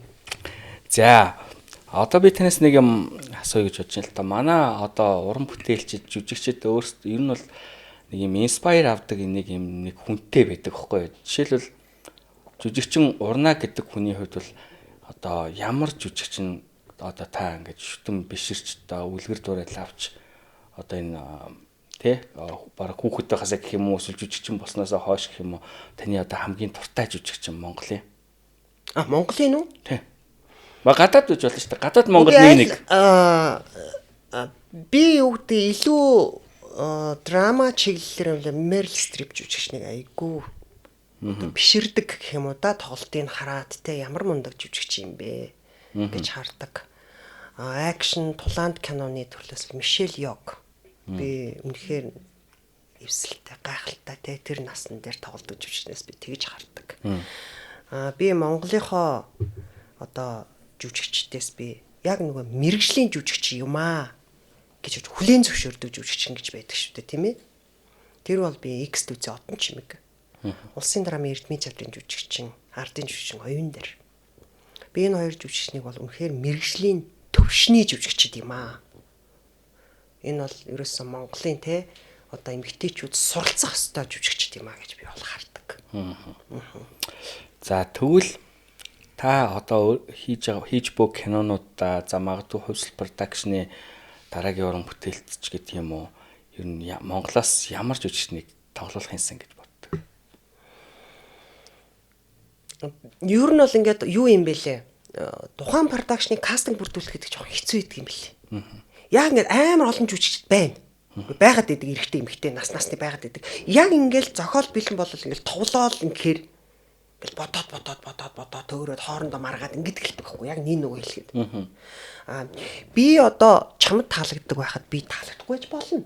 Энэ бол тухайн хүний л өөрсдийн те нөгөө хандлага үзмжийн асуудал байхгүй юу. Тэгэхээр чинь яг хувьсэл продакшн нэг онцлог нь ямар нэгэн одоо амбицгүйгээр ямар нэгэн ихчээ ахаа анаа манаа байхгүйгээр одоо кастингийг бүрдүүлэхээ хичээд юм байгаа юм. Шалтгаан нь эцсийн үр дүн бол айгуу чухал байхгүй юу? Надаа энэ ариггүй сайн муу байх, дуртай дургу байх хамаагүй. Яг энэ дүр дээр чи хэрэгтэй юу? Манай энэ кастингд хэрэгтэй байгаад үзэгч чинь үзэхгүйгүй юу гэдэг дээр бас чи нарийн бас тактикийн асуудал ингээ хөврөн штэ шат дараалсан. Тий. Тэгэхээр яг үнцэн асуулт маань юу вэ? Яг түрүүний шиг байж штэ. Би өөр юу гэлээ? Намайг үзээд суудсан. Яг хоо ер нь нөгөө өөрийнхөө сонсох кинонд ямар дүр сонгох уу гэсэн тийм. Би ярианд орсон. Тий. Тэгэхээр чин энэ дүр сонголт гэдэг маань айгүй хэцүү байдаг юм аа. Харин айгүй хэцүү.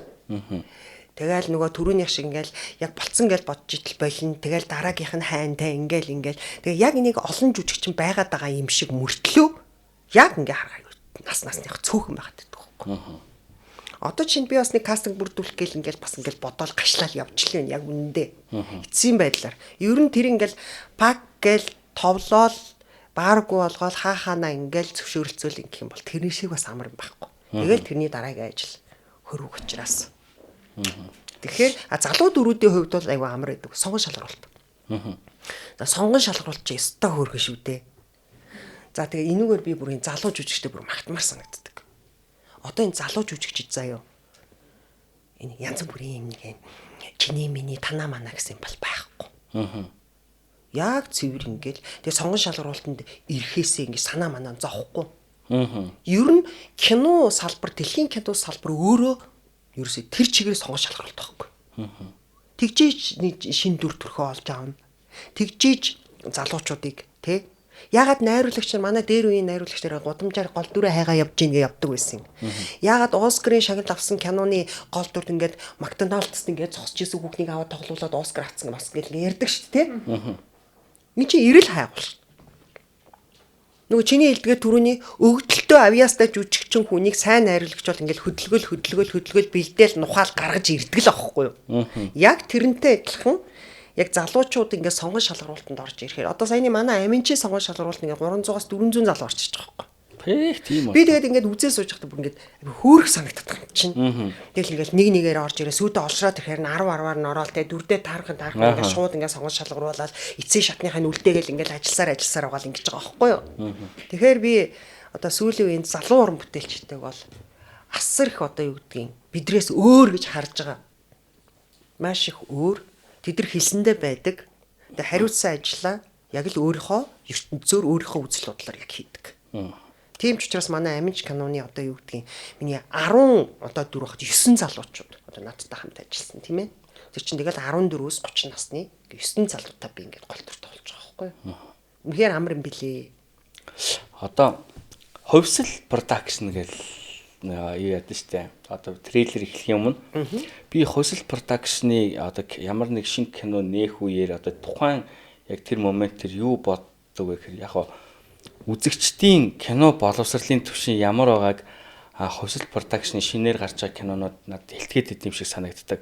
Энэ юу гэсэн үг вэ гэхээр хувьсэл production шинээр кино нээх үед хүмүүс хөвслийнх нь алаан талаантай кино хийдэг, зөкснөчтэй мөчтэй, хүн ухдаг, уйлдаг, дуулдаг.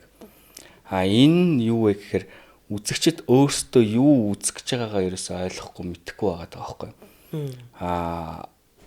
Инедмиг кино үзмээр байгаа хүн бол инедмиг киногоо очиад үзчих хэвээр. Би жишээлбэл триллер кино үзмээр байгаа бол хувьслын киног очиад үзэхэд надад яг гоё байгаа байхгүй. Эсвэл драм кино дэр ч юм уу те. Түүнээс хувьсэл production жишээлбэл инедмиг кино үзүүлнэ шүү гэж хуурч хүмүүсийг авчираад цуснаж үзүүлээд байгаагүй те. Тэгэхээр яг юу хэлэх гээд байна гэхээр үзэгчд ер нь боловсрлоо бол дээшлүүлэх ёстой. Миний хувьд таны хувьд ер нь Монголын кино үзэгчд ер нь үзэгчдийн боловсрал яг боловсрал гэдээ би амарч байгаа сүртэй хэлээд байгаа шүү. Гэтэл боловсрал юм да. Тэ? Сургууль төгсөөгүй боловсралхгүй юу уг нь бол. Яг киноны мэдлэгийн хувьд хэлээ тийм. Ямар төвшөнд байгаа вэ? Уулан бол манай улс Монголын кино урлаг аягүй эрт хөгжсөн байгаа байхгүй 30 хэд оноос хойш тий 36 оноос хойш байна. Тэр цагаас хойш юу гэдгийг одоо би Монголын киноны хөгжлийг аягүй сайн явж байгаа гэж бодож байгаа. Тий. Мэдээч ямар нэгэн үе үеийн үгүйсгэлийг би байдаг л нэг зүйл гэж хардаг. Угаасаа үе үедээ л бид нар шилдэгүүдээ мэдэрч үе үедээ л тийм ээ одоо энэ одоо манай алтан үе мөнгөө одоо энэ яг юм бидний үе гэж ярьдаг шүү дээ. Тийм болохоор юу гэдгийг одоо ингээд киночин дижитал IT болоод хэлж штэ угаасаа ингээд бүх киноны техникийн хөгжилч гэсэн аяг өндөр болж гин. Жүжигчдийн тоглох хэм маяг хүртэл аргачлал нь хүртэл ингээд тоглох системэд агаад өөрчлөгддөг. Өмнө нь бидрийг одоо юу гэдэг оюутан байхад та нар Станиславскийн системээр тоглох ёстой гэж багш нар маань ингэж заадаг байсан бол одоо жүжигчин тус бүр өөрийн гэсэн арга барилтай. Одоо систем гэхээсээ илүү аргачлалуудыг хольж тоглох тийм ээ. Одоо тэр дүр дээрээ ажиллахдаа тэрийг одоо дийлэнх нь мэрэгжлийн жүжигчдэл тэрийг хийдгэлтэй хийж байгаа нь бүр андашгүй байдаг угаасаа. Ямар нэгэн уран бүтээл дээрс харахад энэ ийм юм ашиглаж ингэж тоглож гин энэ ингэж тоглож гин мэдрэгддэг. Тийм учраас нэг түрүүний хэлдгээр одоо жүжигчний чансааг ярихад хошин урлагт ч тоглодог, драмад ч тоглодог, асар тийм мэдрэмжтэйгээр хөрвөх чадвартай тийм жүжигчд бол ер нь бол ховор идэг. Тий. Тэгээд хоёлаа яалаа. Тэгээд яг үзэгчд одоо яг нөгөө тий тэгэхээр одоо тийм ийм одоо юу гэдгийг одоо социализмын үеэс эхлүүлээл тийм өндөр төвшөнд манай үзэгчд нөгөө бидний хийж байгаа бүтээлээс шалтгаалж ингэж хөгждөг байхгүй. Хөгжид. Магадгүй энэ трейлер гимт хэргийн кино яг хошин урлаг шиг 20 жил 30 жил хөгжсөн бол үзэгчд бэлтгэдэнэ. Тэр үзэн шүү. Яагаад гэхээр бидний Америкийн кино бол одоо ардчлалаас хойш л орж ирээл нөгөө компьютер бий болсноос хойш л одоо үздэг боллоо шүү дээ. Одоо энэ тэмдгийн кинонууд одоо солонгос кино мэн. Тэрнээс өмнө бид нар орос кино, монгол кино л үздэг байсан шүү. Тэгэхээр чин орос монгол кино үзэж төлөвсөн үзэгч 20-с 30 жил хошин урлаг үзэж төлөвсөн үзэгч дандаа драма үздэг тэгж төлөвсөн үзэгч трейлер киног бол бас шууд хүлээж авна гэхэд бас хэцүү. Тэгэхээр ингээд үзэгч боловсралгүй маа гэхээр бас айгүй хэцүү. Аливаа урлаг өөрөө хэсэг бүлэг хүмүүсээ гэж яригддаг байхгүй юу? Жишээ нь драмын тайзны бүтээл бол одоо юу гэдгийг одоо театрын тайз дээр жүжиг үзээгүй хүмүүс айгүй их байдаг шүү дээ одоо жишээ. Тэр байнга үздэг үзэгч гэж байна. Тийм учраас хүний өөрийн мэдрэмж тэр хүний өөрийн боловсрал, өөрийн сонирхлын боловсрал гэж байна шүү дээ. Тэрнээс шалтгаалж сонголтоо хийдэг. Тэрнээс биш Монголд хошин урлагийн продакшнаас их уртаг шиг яг үндэ байхгүй шүү. Хошин урлагийн, хошин төрлийн инедмийн кино хийдэг нь дөндөө байна. Өстой дөндөө байна гэдэг шиг тийм ээ.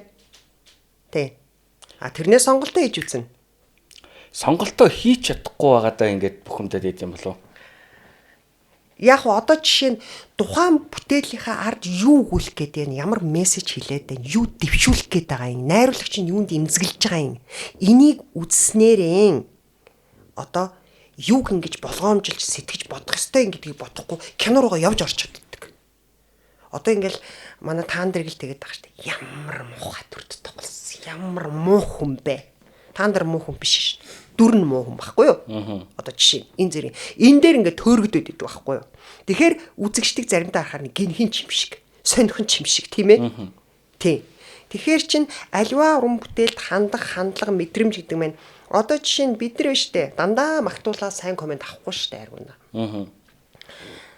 Муу сүмжилсэн комментуудыг аавна. Ингээд ороод үзэхээр их муу комментууд нь кино руу яваад орсон хүмүүс багтдаг байхгүй. Хөндлөнгөөс яг дүн шинжилгээ хийсэн комментууд бас байна. Айггүй айхтар. Гэхдээ дийлэх нь сүүлийн үеийн залуучууд бол яг тийм юм байлээ. Киноныхаа жанрыг ялгадаг болсон. Би бол аимшигын кино дургуун байхгүй. Би юм тулаантай, адал явдалтай кино үзэх дуртай. Тэгэхээр тэгсэн мөртөө би аимшигын кино тийм таатай биш. Би жишээ нь одоо инедмийн кино тийм дуртай биш одоо өөрөө. Намтарчилсан буюу драма төрлийн, мелодрам төрлийн кино би дуртай. Одоо ноутбук ч юм уу тийм ээ. Одоо тийм дуртай байхгүй. Тэгэхээр ч л хүн чи нэг энэ болонгийн дэлгүүрт ороод чи өөрийнхөө иддэг дуртай талхал авна гэжтэй. Тийм учраас хүн сонирхдаг төрлийн хэмиг л үзнэ. Тэрнээс биш их үзэгчтэй байна, бага үзэгчтэй байна гэдэг бол энэ бол цаг хугацааны л асуудал. Яг нь ер нь бол үзэж байгаа юм судлаад ямар кинонд дуртайгаа өөрөө мэдрээд өөрийгөө олцоод дараа нь киногоо үзэрэй л гэж би бол одоо сонсогчдоо уншигчдаа бол хэлмээр байна. Одоо ийм ахгүй юу? Манаа биш үү те ерөнхийдөө нийтлэг ингээд хүмүүсийг хараад ахна. Манай найруулагч Бямсүрэн тэгдэг байхгүй юу? Бид нар өөрсдөө хүчирхийлэл донд амьдардаг. Тэрийг мэддэггүй. Тэрийг ингээ гаргахаар дургу байдаг. Өөрсдөө харж байгаа юм шиг. Миний энэ аминч киногаар дэвшүүлж байгаа санаа бол ихчээ. Өөрөө ингээд над хэлж байгаа байхгүй. Ихчээ. Энэ хараа энэ өсвөр насны хүүхдүүд гадуур юу хийж яваад байгааг ээж аауд нь мэдчихэж байгаа юу? Юу сонирхоод байгааг нь мэдчихэж байгаа юу? Нэг хоол өгөөл нэг бүтэн хувцас гоё ингээ хувцас өмсөж байгаагаа өсөж гин гэж ойлгоод байгаа байхгүй юу? Тэрний энэ хүүхдүүд чинь дуртайтай төрчөөгүй. Эдгэр чинь одоо юу гэдгийг тэр сэтгэл зүй гормоны хувьд бол тэр давах ёстой даваагаа давж байгаа штэ. Тэр одоо шилжилтийн насны өсвөр насны. Кино маань өөрөө яг тийм байгаа зү тэ. Хамгийн хинээс санаанд дормгүй тийм нэг энгийн үйлдэлээс асуудал үүсчихэж байгаа байхгүй гэж. Тэгэхээр эцэг эхчүүд тэр киноны нэг арыг харахгүй байгаад штэ. Одоо магадгүй манай энэ амиж киног үзээд эцэг эхчүүд хүүхдээ хаана явж байгаа юм бэ гэдгийг асуугаад хинтээ найзалж байгаа юм бэ? Хаана юугээ явж гин? Тий. Хаагуур явж гин? Хөөе. Чи гэд ингмээр байгаа байхгүй юу? Тэрнээс биш энэ яасан ийм юутай хүн зодоод байх юм. Тэр итэл бүгд утсаараа солонгосын амар триллер, амар гэмт хэрэгтэй кинонуудыг бүгд үзэж байгаа шин. Авах гэхийн ухаан гэдэг юм бас байдаг л та.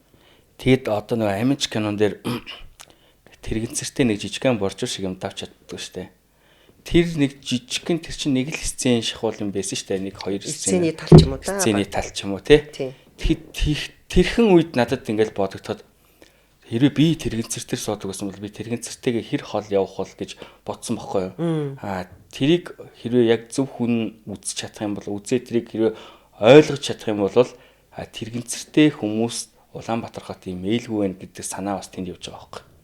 Тэр нэг жоохон нэг ийм боржууд авч гургашаа болол хаашаа. Тийм тэгээд нөгөө юунд нь яг тэр сцений ард манай зураач бас айгүй тийм айхтар ажиллаж байгаа байхгүй юу. Хотын стандарт гэдэг тийм цаана юу байгаа байхгүй юу.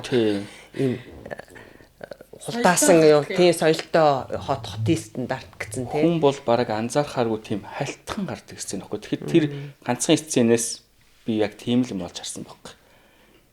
Тэрэгцэртэй ирээдэд Улаанбаатар хот ямар муухай ээл хүн бэ гэж бодоол өнгөрсөн. Тэрийг одоо шийддэг хүн нь үзчихээсэй л гэж бодож байна. За Урнаагч одоо ингээд киногаа урнаагч жоохтой хувьсэл продакшн жишээлбэл киногаа нээгээд нийсээ дараа ингээд одоо кино шүүмжлэгч, кино ревю бичдэг хүмүүс ч гэдэг юм уу те кино сонирхогчд ингээд бүгд ингээд бичээл эхэлж байгаа штэ. Тэднийг юу уншдаг уу? За бараг л уншдаггүй. Яадаг үг гэхээр нөгөө манай хөөрхөн охтууд байна. Эдгэр чин залуу хүмүүстэй. Тэгцэн байштай гал бүр мессенжер албаар явуулсны ингээ хальт хартдаг. Тэгэл эхлээл уншихад ойлгомжтой байдаг. Зорилттой байна уу? Зорилтод бос байна уу? Үнэн сэтгэл байна уу? Одоо миний одоо юу гэдгийг энэ салбарт ажиллаад энэ одоо урлагийн бүтээлийн ажлыг хийгээд одоо 30 гаруй жил болсон хүний хувьд бол аливаа юм гадарлана л та. Мэдээж жүжигчин гэдэг чинь мэдрэмж ажиллаж тийм ээ. Тэгээ тэрийг үзээд үнэхээр шүүмжилсэн юм бол ойлгомжтой л байдаг. Би чинь дотроо бодоод ингээд үнэндээ гэл ингээл тэгин те. Тэгэл уншаал ингэхэд шаал худлаа. Бүр зорилттоор бүр ингэж доош нь ингэсэн ч байна. Тэрний ялгагдана. Би ч бас маана хүн биш шүү дээ. Тэгэхээр нэг тэрэнд одоо би тэрий чи одоо имзэглээд байх юм би чи насаараа шүмжлүүлээл энэ юу урлагийн ажил гэдэг чинь ганцхан би ч биш бүгд л сайн муу хэлүүлээл амьдралал өнөөдрийн энэ амьдралыг бий болгол явж байгаа шүү дээ уран бүтээлээ тэгэл таслахгүй яваад л тий оршин тогтнол нь хөсөл ортогч ч одоо 27 жил оршин тогтночлоо шүү. Тэгэхээр чи би тэрийг одоо тэгээд уншаад одоо сэтгэлээр унах цаашаа одоо унахгүй айхч хайшаа тэгтээ кинонд дараагийн кинон дээр дандаа бүхэл бүтэн ард нь нөгөө цугласан кастингт чинь янз бүрийн одоо чадвартай, янз бүрийн мэдрэмжтэй залуучууд ирээд өмнөх киноноосаа яаж агуулах уу, өөр байх уу гэдэг дээр л яддаг. Өөр байх уу гэдэг юм айгүй чухал шүү. Өөр байна гэдэг бол өөр байна гэдэг чинь зүгээр л хувцас солиод өөр байх юм бол биш шүү. Тий. Одоо чи дөрөв хийсэн хосол артагш инедми кино хийвэл одоо ч сонирн бидтэй гэж. Чи дараа жил инедми киног явчихвал яана. Ариуна. Тэг үзэн дээ. Бас тэгэл нөгөө байхгүй л юм гаргаж ирнэ гэсэн үг шүү дээ, тий? Одоо ингээд таны хувьд кино нээлттэй хийсний дараа таны маркетинг дээр хоёр сонголт бай заа жишээлбэл. За. Нэг нь за одоо аминч кино дээр жишээ авах удаа аминч кино бүх театруудаар гарч ижтгэ зурагтаар бөмбөгдөх. Гадаа ханы самбар мамбар дээр гаргах, билборд дээр гаргах. Нөгөөтгт нь болохоор одоо над шиг үзэгчд энэ кино ийм байна, тийм байна, ийм сайн байна, ийм байна, ийм байна. Энэ хоёрын алийг нь та сонгох вэ? Үзэгчд. Үзэгчд. Яагаад гэхээр хосол артагш шоу хийжсэн, драмын жүжигч хийжсэн. Мэдээж одоо нөгөө тэр ингээд цаг хугацаа чинь ингээд маркетинг юм өөртөө ингээд хувьсаж өөрчлөгдөж хөгжиж ирж байгаа байхгүй. Хөгжиж.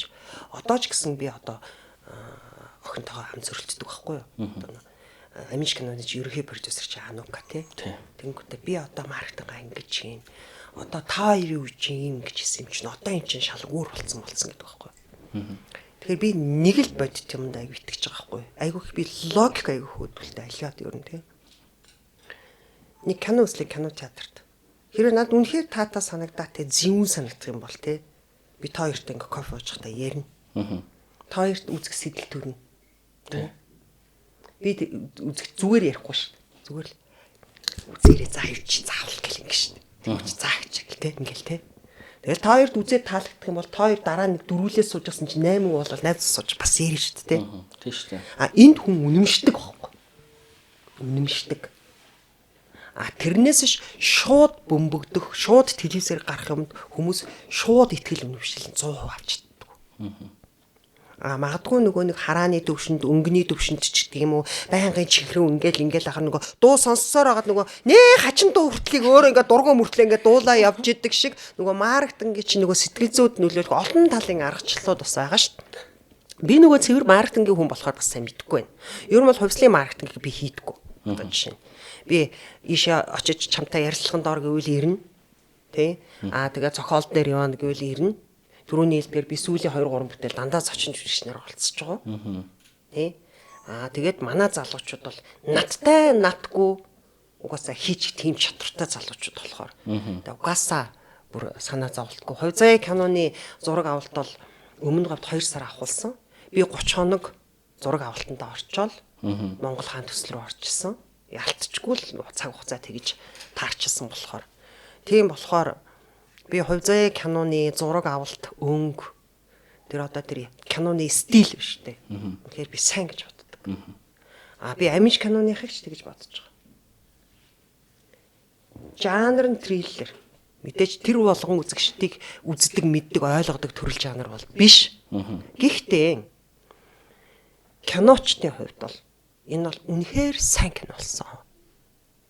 Надад тэр их хүн үзнэ үү, бага хүн үзнэ үү сонирм биш. Ягаад энийг сайн болсон гэхээр хувьсал өөрчлөгдөж байгаа шүү. Дараа нь дахиад өөрчлөгдөж байгаа шүү. Хувьсж байгаа шүү. Дээрэс нь хувьсалт бас шин салхи оруулж ирж байгаа залуучууд байгаа шүү гэдгийг л би хэлхийг хүсэж байна.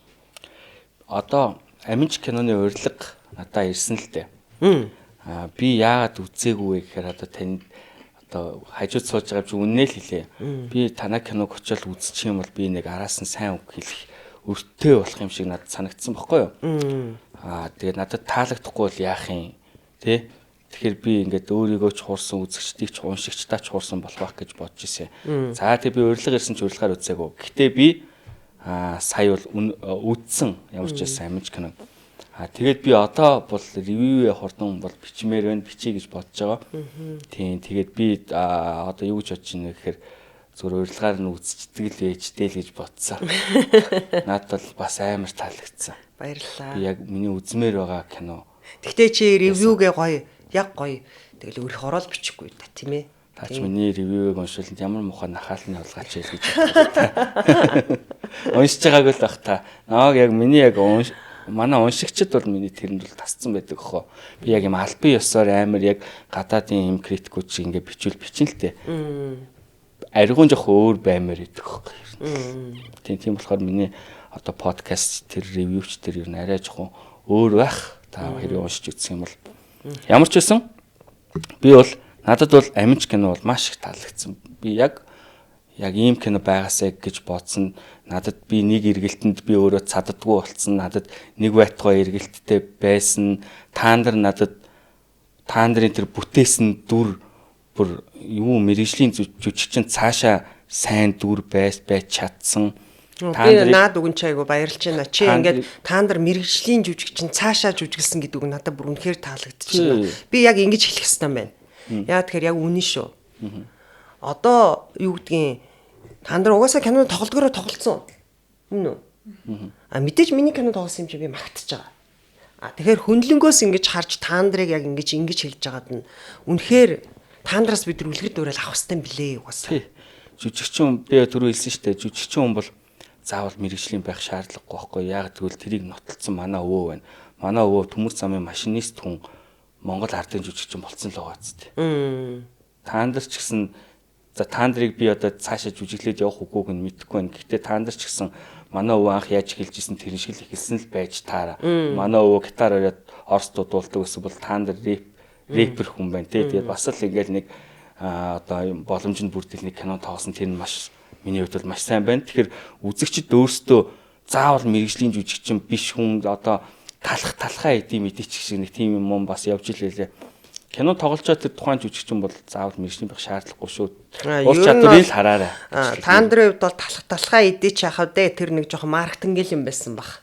Яг үнэндээ бол тэр алдарт M&M ч байна уу? Манай дотоодын Rocket Band ч байна уу? Бүгд л өөрсдийгөө мундаг сайхан жүжиглсэн, сайн кинонд тоглосон. Уусаа тэрийг баталцсан тийм тохиолдол зөндөл байгаа шүү дээ. Тэгэхээр би бол наадах чинь зүгээр нэг маркетинг юм болов гэж бодож байна юм үнэндээ. Ер нь бол байглаас өгөгдөлтэй хүн бол одоо гасаа жүжигчин хүн гэдэг чиний өвөө одоо дамж байгаа шиг тийм ээ. Тийм болохоор би ер нь бол жүжигчин биш хүмүүс кино тоглохыг бол би нэг тийм гайхахгүй. Харин сайн тоглож байна муу тоглож байна. Муу тоглож байгаа хүмүүс зөндөө биш дээ яг үнэ хэлээд. Маш муу тоглож байгаа. Маш олон хүмүүс байна. Зүгээр л тэр хүнийг дуучин болохоор нь бүжигчин болохоор нь аваад ирсэн тий нөгөө маркетинга бодоод аваад ирсэн. Тэгээ нөгөөтгөн ч нэг маш муу тоглож байгаа мэрэгжлийн жүжигчин ч би. Ер нь бол тий. Энийг зүгээр бид нар хоорондоо ярьдгүү, хэлдгүү, хин нэгний мууг үздэггүй. Тэр чин дотроо бодоол хүн болгон л хараад дүгнээл инээгээл уулзаал ингээл явж л байгаа штэ. Тий. Угаасаа л хаа газар тийм байдаг. Тэгэхээр тэрэн дээр ерөөсөө урт хурдгаа хийгээл. Тэгэл тэрий чин угаасаа Би нэг үзэгч мэрэгэн гэдэг үгийг хэлдэг байхгүй юу? Үзэгч өөрсдийнхөө сонголтыг хийлээ, үзлээ. Тэд нар угаасаа мэрэгжлийн хэлээр л ярьдаг болохоос биш ингэ мэдэрч идэг байхгүй. Анх аминчийн постерыг таандар тавихад би доор нь за яаж өгсөн бэ? Машинд хариулсан уу? Яаж өгсөн гэдээ тоглоод ицсэн чинь их урт нассаа би гэдэг чилээ. Нэрэд урт нассаж хариулж гин үү? шүү. Тий хариулж. Тэгээ за ганц таандрыг бас яриадах нь буруу бах. Тэр нөгөө жижиг шар охиныг хин гэдэг юм бэ? Нартай. Тэр өстой яа. За тэр охин манай хувь заяа киноны гол. Тийм. Би хувь заяа дээр бас ревю биччихсэн шүү дээ. Үзээд тэр охин өстой мундаг охин гарч ирж байна тий. Яг охиныг би цаашдаа яг ямар зам сонгох юм тэрийг бол би мэдэхгүй шүү дээ тийм ээ. Тэр чинь эцэг их нь мэднэ тийм ээ. Гэхдээ энэ охин бол угаасаа байгалийн өгдөлтөй хүүд. Харин тий. Бүр ингээд бүр онцгой. Тэгээд хувцаа кинон дээр бүр бас амар мундаг тоглолдог шүү. айгүй үзэсгэлэнтэй тэгээд дээрэс нь тэгээд айгүй тийм ухаантай бас. Тий. Тэгээд одоо тэгээд яг үнэндээ би хэлж байгаа байхгүй юу. Гэхдээ энэ зөвлөгөө буруу эсэхийг мэдэхгүй шүү дээ. Би битгий жүжигчин болоорой гэсэн. Чи авьяастай. Чи жүжигчний ажлыг хобби болгож хийгээрэй. Тий. Чи хажуугаар нь нарийн мэрэгжил эзэмшээрэй. Эмч ч юм уу, инженер ч юм уу одоо мэдхгүй те. Ямар нэгэн нарийн мэрэгжил эзэмшээд чи жүжигчний ажлыг хоббигоо болгосон мөртлөө мэрэгжлийн жүжигчин хүн шиг хоббигоо болгоорой гэдэг байхгүй. Би яагаад нартад энэ үгийг хэлсэн гэхээр би өөрийнхөө мэрэгжлээс асар их аз жаргалыг амсдаг юм байхгүй юу. Тэгээд хамгийн муухай нь би үндсэн мэрэгчлээ хобби юм шиг амьдэрдэг юм байхгүй юу. Энэ бол үнэхээр гоё үсттэй. Тийм шүү дээ. Тий. Яагаад вэ? Миний ажил мөн. Миний мэрэгжсэн мэрэгжил боловсрал мөн. Тэгтээ би энэ ажлаа миний өөрийн хобби юм шиг их жаргалтай хийдэг. Тийм болохоор би магадгүй энийгээ бодоод би нартаа тэгж зөвлөсөн байх. Тэгээ миний зөвлөгөө авах эсхийг бол би мэдэхгүй. Ямар ч манай хувьслаар дагшны 2 уран бүтээлд орлоо. Үнэхээр гайхалтай авьяастай. Тийм охоо. Нэр аминд ганцхан спойлж биш дээ. Ер нь бол аминч кино ихлээл ингээл дөнгөж хамгийн ихний сцен ингээл ёсч манайх нэр хөөх гэл яасан гэдгс чи та Koy Town дээрээс авсан юм лээ тий. Зураг авалт. Би ч өөрийнхөө байхгүй зураг авалтан дээр байхгүй шүү дээ. Тэгээ ханасан ч идэхгүй. Манай цонх гарч илээ харин. За. Манайх тэнд идэх байхгүй юу. Тэгээ манай ихнэр бүр үзэж эхлэв. Хөөх манайх биш таарай гэл ингээл гэдгс чинь харин манай гэр харагдчихлээ. Чамд зураг авалт ямар санагдсан? Зураг авалт айгүй гоёсо план шилжилтүүд бүр амар зэн юм биш шүү дээ. Одоо нөгөө юу яасан мэс шүү дээ нөгөө нэг компьютер графикаар ингээл амар шилжилтүүд бас хийгээд тэд нар бид нар бол айгүй гоёс өнгө тавилт тэр ер нь бол план тавилтууд тэр чигтээ надад айгүй таалагдсан. Чи манай зураглаач Баатрийг мэдв үү? Би ер нь бол яг киноноос бол одоо яг зураглаач тэрийг бол сайн мэдхгүй. Тийм яг найруулагч, жүжигчд за сүүлийн үед бол хөгжмийн зохиолчдыг бас жоохон мэддэг болж эхэлж байна. Одоо яванда би ч бас өөрөө бас хоббигоор л энэ сууж байгаа шүү дээ. Тэгээ яванда тэгээд бас зураглаач гэл бас арын хүмүүсийг подкаст оруулаад бас танилцж эхлэе гэж бодож байна. Манай зураглаач бол Баатар гэж зураглаач байдаг. Тэгээ манай ноён эмэгтэй дээр бид нэр одоо хувьслаар дагшинтай хамтарч ажиллаад тэгээд ноён эмэгтэй хувь заяа амиж гэдэг 3 кино. Энэ зураглаач маань өөрөө асар их хөрөг чадвартай. Миний харж байгаагаар бол би бүр одоо зураглаач нарын одоо фэн гэх юм бол би одоо Баатрын шүтэмшрэгч. Тийм. Үнэ би маш сайн ойлголцдог. Бүр тэр зураг авалт авч байгаа тэр процессыг харах юм бол үнэхээр мэрэгжлийн өндөр түвшинд авдаг. Тий. Өстө өөгүүл байлээ те. Би нэрээ зураглаач нараас Гүйнэг айгу үнэлдэг. Гүйнэ манай Тэнгэрээс буусан одын зураглаач. Тий. Гүйнэ маань бас айгу сайн зураглаач. Тий. Одоогор бол яг хамгийн сайн мэддэг нь одоо Гүйнэ л байна да. Тий. За би өөрөөс асуугаад эхэлчихв. Та нэг дуулчны карьер хөгжижсэн. Залуудаа. Тийм. Тийг санагдаад. Би нэг жоохон батаг хурдтарыг харсан. Оодлохороо чиний харсан чи өөрийгөө гэдэг. Тэр яг Шүний үнсэлт балхч баахын хөгжмийн зохиол. Шүний үнсэлт гэдэг. Би чинь багтаа за дуучныг ярих юм бол би чинь багтаа. Би чинь 3 дугаар ангиасаа эхлээд одоо сургуулийнхаа урлагийн үзлэг мэзлэг гэж явж байгаад тэгээд эгчдүү 3 урна гэд. Тухайн одоо социализм үед бол баг тэр үеийн хүүхдүүдийн дунд одон байлаа. Одоо дуугаараа. 2 дүүгээ дагуулад гитартаа дуулдаг байлаа.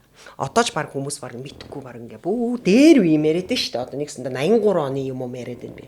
За тэрнээс хойш 86 онд чинь би чинь 6 дахь ангид байхдаа манай улс даяар нөгөө социалист нийгэм байсан учраас бүх ард түмний урлагийн үзлэг гэж болдог байхгүй юу?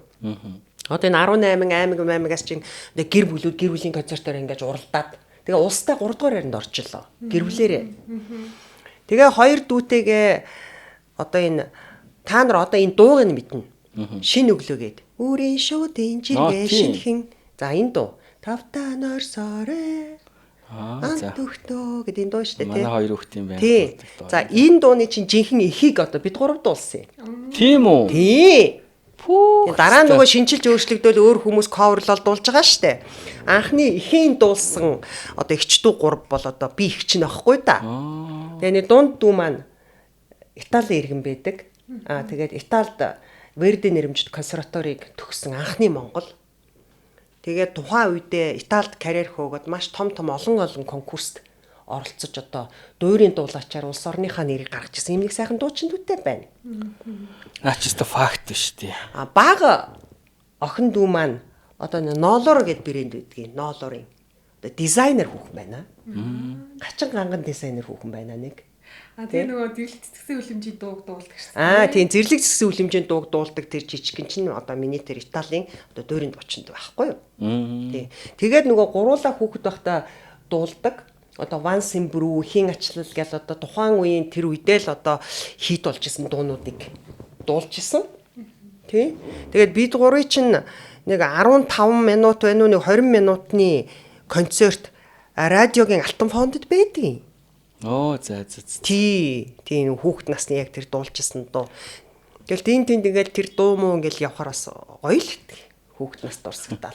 Тий. Тэгэхээр чиний асууснаар дуу шүний өмсөлтийн үеэс бүр дээр хүүхэд байхасаа дуулж агаад тэгээ нөгөө жүжигчин болоод нөгөө залуу хүн чинь нөгөө юм хийж үзмээр санагддаг шин. Харин тийм үү. Дуулчих үзмээр санагдаад бүжгэлчих үзмээр санагдаад тэгэл тэгээ миний өөрийн сонирхол одоо би драмын жүжигчнээс илүү би мюзиклийн жүжигчин байхтай айгу дуртай байхгүй юу. Тийм. Дуулдаг бүжгэлдэг тайзан дээр. Одоо миний мөрөөдлийн дүр гэх юм бол би тийм амар том сонгодог одоо Ромео Жулиетагийн Жулиета болоод би тийм биш. Миний мөрөөдлийн дүр юу гэж тайзны? Энэ Mary Poppins гэдэг. Тийм. Одоо сонгодог хүүхдийн бүтээл шүү дээ, тий. Оросд бол аль 80-ад оны үед ч нөө кино болсон. Тийм жүжигний зохиол байдаг байхгүй. Тэрний би Poppins-ийн дүр тоглох юмсан гэж айгүй их хүсэж мөрөөддөг байсан. Тэг мөрөөдлөө биелүүлж чадсангүй л дээ. Тэгэл киног нь үзэл, жүжигийг үзэл, тэг шүтэл байн энд тэнд очихороо, тэг Нью-Йоркт ч очихороо, Англид ч очихороо юм мюзикл хийдэг нь үзгэл тийм дуртай болохоос шууд нас маань ч өнгөрчлөө штэ. Тэр нь болохоос нөгөө ийм мюзикл зохиолохгүй юу. Тэг Mary Poppins-ийн дүр тоглох юмсан гэж хүсдэг байжээ. Хөөх таны тэр одоо тэр багын тэр дуунуудыг таны дуулсан гэдгийг ер нь хүмүүс мэддэг үү? Одоо мэдхгүй байх уу? Одоо тэгэл нөгөө үеэрээ өөр яагаал одоо чи тэгэл дууг нь мэддэг мөртлөө намайг дуулсан гэж мэдхгүй байгаа биз? Тийм тэгэхээр чинь тийм үү л гэлдэг. Тэгэхээр би тийм ээ тийм л. Цэцэрлэгт байхад одоо ганц явдаг байсан дуунууд шүү дээ. Тэгээ та нарыг бол тийм баг цэцэрлэг. Би чинь тэгэл нөгөө 8 дугаар анги 9 дугаар ангидаа дуулсан дуу байгаа байхгүй тэр дуунууд. Тийм. Тэгэхээр чин тэгэл ингээ шинжилгээ. Би 16 настайдаа дуулж исэн дуу гэхээр чин та нарыг жоохон бахт тэгэл 10 дугаар. Бид нарыг бүр юу 8 9 10 маргуу цуслан явдаг байх үед цуслангийн оройн тойргийн дуу чинь одоо 5 нойрсоор шүү дээ. Тийм. Тэгээд тэр өглөөний дуу ч явдаг. Одоо найрын цуслан дээр ч явдаг. Үрийн шууд инжиргээ шинхэн гэл өглөө эхлээл 5 нойрсороо гэж унтсан. Оройн онцгой өмнө оройн тойргоогээ бүгд гараа ингэж иргэдэг байхгүй. Яг иргэхийнхаа өмнө 5 нойрсороо дуулдаг байхгүй юу? Яста мэдмээр юм байна тий. Тийм. За подкастын нэг уламжлалт хэд гур асуулт байт юм да. За. За ерөөсөө асуу. Ямар асуулт юм бол та. За Манай үзэгчдийн хамгийн дуртай асуулт. Зарим нь дургуйч асуулт өгдөө. За хамгийн дуртайг нь асууч. Таны хувьд Монголын хамгийн underrated буюу Монголын хамгийн дутуу хүнлэгдсэн кино ямар кино вэ? Одоо таны хувьд нэх олон хүн үзээгүй ингээд өнгөрцөн юм шиг. За тэгээ тэр кино хүн болгон үзээсэй гэж боддог. Тийм кино. Таны өөрийн тоглосон кино байж болно, хийсэн киноч байж болно. Би бол одоо яг саяхан ярьсан одоо Team Hero багийн одоо энэ итгээд гажуудл гээд 2 кино хэлнэ. Олон улсын фестивал наадмуудад аягүй сайн явсан. Тийм. Монголдоо нэх яваагүй. Тэгэхээр нөгөө Монголын үзэгчдийн нөгөө л нэг хоёулангийн төрөний ярьдаг нөгөө жанрын асуудал. Тийм. Тэрнээс ч тухайн киноны одоо үзэгчдэд дэвшүүлэх санаа, мессеж одоо тэрийг бол ярих юм байхгүй. Зураг авах юм бол ярих юм байхгүй. Тэгэхээр би энэ 2 киног яг тэгж. Энэ 2 киног өмнө нь бас орж исэн зочид итгээд киног, гажууд киног хэлсэн. Underrated дээр хэлсэн. Санаа нэг л байна тийм байна. Тий. Би бол итгээдэг анх өөрөө үзчихэд вау гэжсэн бүр. Тасархай тий. Тий. Одоо манай нийгмийг л харуулсан моос тий. Төгсгөлийн эргэлт мэргэлт юм л тий. Тий. Тэр манай Баатар зурглаач нэг өөрийн нэг юм нэг харах үнцэг айгу өрмөцөлтэй угаасан. Би Баатар зурглаачийг мэдгүй гэдсэн чинь Баатар зурглаач өөрөө найруулсан мэт тий. Мэдэн штэ. Зэрэглийн наадамд оролцоод бүр мартчих. Тий. Баатар найруулагчийг бол итгээд бол өстой жинхэнэ бас нэрийн ууцсан бүтээгдэхүүн юу кинонуудын нэг шүү. Ер нь бол палан тавилмайлтууд мөр амар тий. За, underrated дээр бол та бас л олон хүмүүст бас санал нийлт юм байна. Тэглэх байх уу? За, тэгээд манай подкастын маань хамгийн оргил асуулт байт юм аа. Өөрөө тэгээд. За, тэр нь юу вэ гэхээр таны хувьд Монголын хамгийн шилдэг 5 кино, хамгийн шийт 5 кино. Энийг бол бид нар бол орчин цагийн гэж бас 2000 оноос нааша татдээ.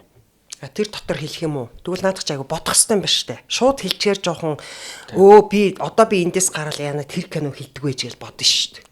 Тэгэхээр чи 2000-аас хоош гэл тэх юм бол би таныг орж байгаа болохоор зөвөр all time ер нь бүх цаг үеийн гэд хамгийн шилдэг 5 бол шит 5 гэдээ асууч. Загдын Батболд найруулагч дээр яг ганцхан Батболд найруулагч дээр энэ эрхийг эдлүүлж ил одоо танд нэг эдлүүлж. Би тэг хэдэн кино нэрлэх хэрэгтэй юм бэ? Одоо энэ нь болохоор юу байхгүй юм? Монголын хамгийн шилдэг кино биш байхгүй юу? Таны хамгийн одоо өөрийнх нь дуртай 5 кино. Тэгэхээр чи би шилдэг гэж дүгнэх надад тийм юу байхгүй шүү дээ. Би шилдэг гэж жоохон буруу асуучлаа. Таны хамгийн дуртай 5 кино, топ 5 кино, хамгийн одоо шийт санагддаг 5 кино гэсэн үг байна. Би харин бодхоос өөр аргагүй юм байна. Би түрүүн чамд ярьслага эхлэхээс өмнө хоёлоо юм яриад сууж байхдаа хэлжсэн шүү дээ. Би кино театрт ингээд гэртээ орхон болохоор дандаа кино үздэг. Ингээл хин нэг уруу татал хамт орол үздэг. Би киног сайн байна уу муу байна уу гэж үздэг. За ер нь бол чи нэг кино үүдэг продакшн гэж хариуцаж авч явж байгаа үед те ер нь үзэгчид юу үздэг юм бол за энэ хийсэн кинон ямар яаж хийхээр ингэж хийдэм бол гэж ингэж үздэг байхгүй юу? Ажлын шаардлагаар үзэж байгаа байхгүй юу? Тэгэхээр над чиг ийм нөгөө кино голохгүй ингэж үзэж нөгөө ажилдаа зүгээр судалгаа маягаар ашигладаг гэхүү одоо юу гэхүү? Одоо тэгдэг хүний хувьд бол тийм зүгээр тухайн үзэгчийн хувьд онцгой сэтгэл төрүүлсэн тийм кино л надаа юу яадаг. Тэрнээс л мэрэгжлийн энэ сте амар гитгүү одоо чи би яг л үзэгччил хардаг. Тийм. Тэгэхээр би шар гэгээ кино хэлнэ. За нэг яа тэгэхээр би өөрөө нөгөө түрүүлсэн шин мелодрам тэр намтарчсан мелодрам уянгийн кинонд аяг дуртай байхгүй. Манай Аранжингийнхны кино шүү дээ тий.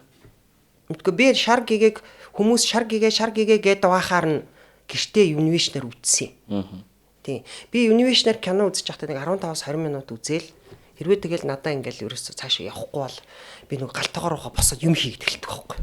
Тэгээ нөгөө явууд дундаа үзэхээр ингээд тэгсэн болоод нэг бол ерөнхийд нь ойлгочдөг байхгүй. За энийг ингэсэн ингээл болох юм байна гэд ойлгочдөг учраас ингээд орхичдөг байхгүй. Тэгэхээр чи би шар гэгээг бүр үзээд уйлаад. Тийм.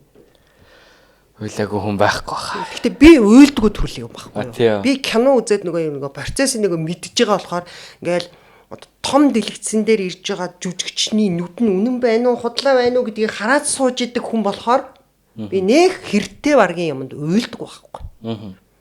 Энд би шар гийг үзээд уйлсан. Төгсгөлийн хэсэг дээр уйлаад. Тэгэхээр би зүгээр үзэгчийн үднээс надад таалагдсан кино шар гийг байна. За солиот ихийг би хэлнэ. Яагадгүй солиот их болохоор нөгөө юу? Цохолсон. Тэ? Нэг хятад цохолоос Монгол хөрсөн дээр буулгасан. Цохол шүү дээ. Тэгээд надад тэрэн дээр нөгөө би өөрөө жүжигч хүн болохоор нөгөө тухайн тоглож байгаа жүжигчнийхаа сэтгэл зүйг дагаж үздэг байхгүй юу? Сүүлийн үед л жоохон бас нэг суралцж штэ тий. Нөгөө палаа малаа хараал тий. Ингэж үздэг жоохон болоод байгаа. Тийм болохоор би солиод их надад яг одноогийн тоглолтыг харж үзсэн. Тэгээ надад солиод их кино таалагдсан. За түр пауз та бодож байгаарай. Манай хань сайхан ханаа гатах та. Зүгээр. Би тэр зогсох гэснээ. Чамайг барих тусам энийг амар ханиагаад идэх байхгүй та. Энийг ханаа гатах таны дуу чангараадах юм. Тийм штэ. Би ч нөгөө мэдрэнгүүдээ бүр ингэж тэгэхээр бүр амар чанга ханиач. Чиний сайхан ханаа гатаач. Амар кино яасан мөлий.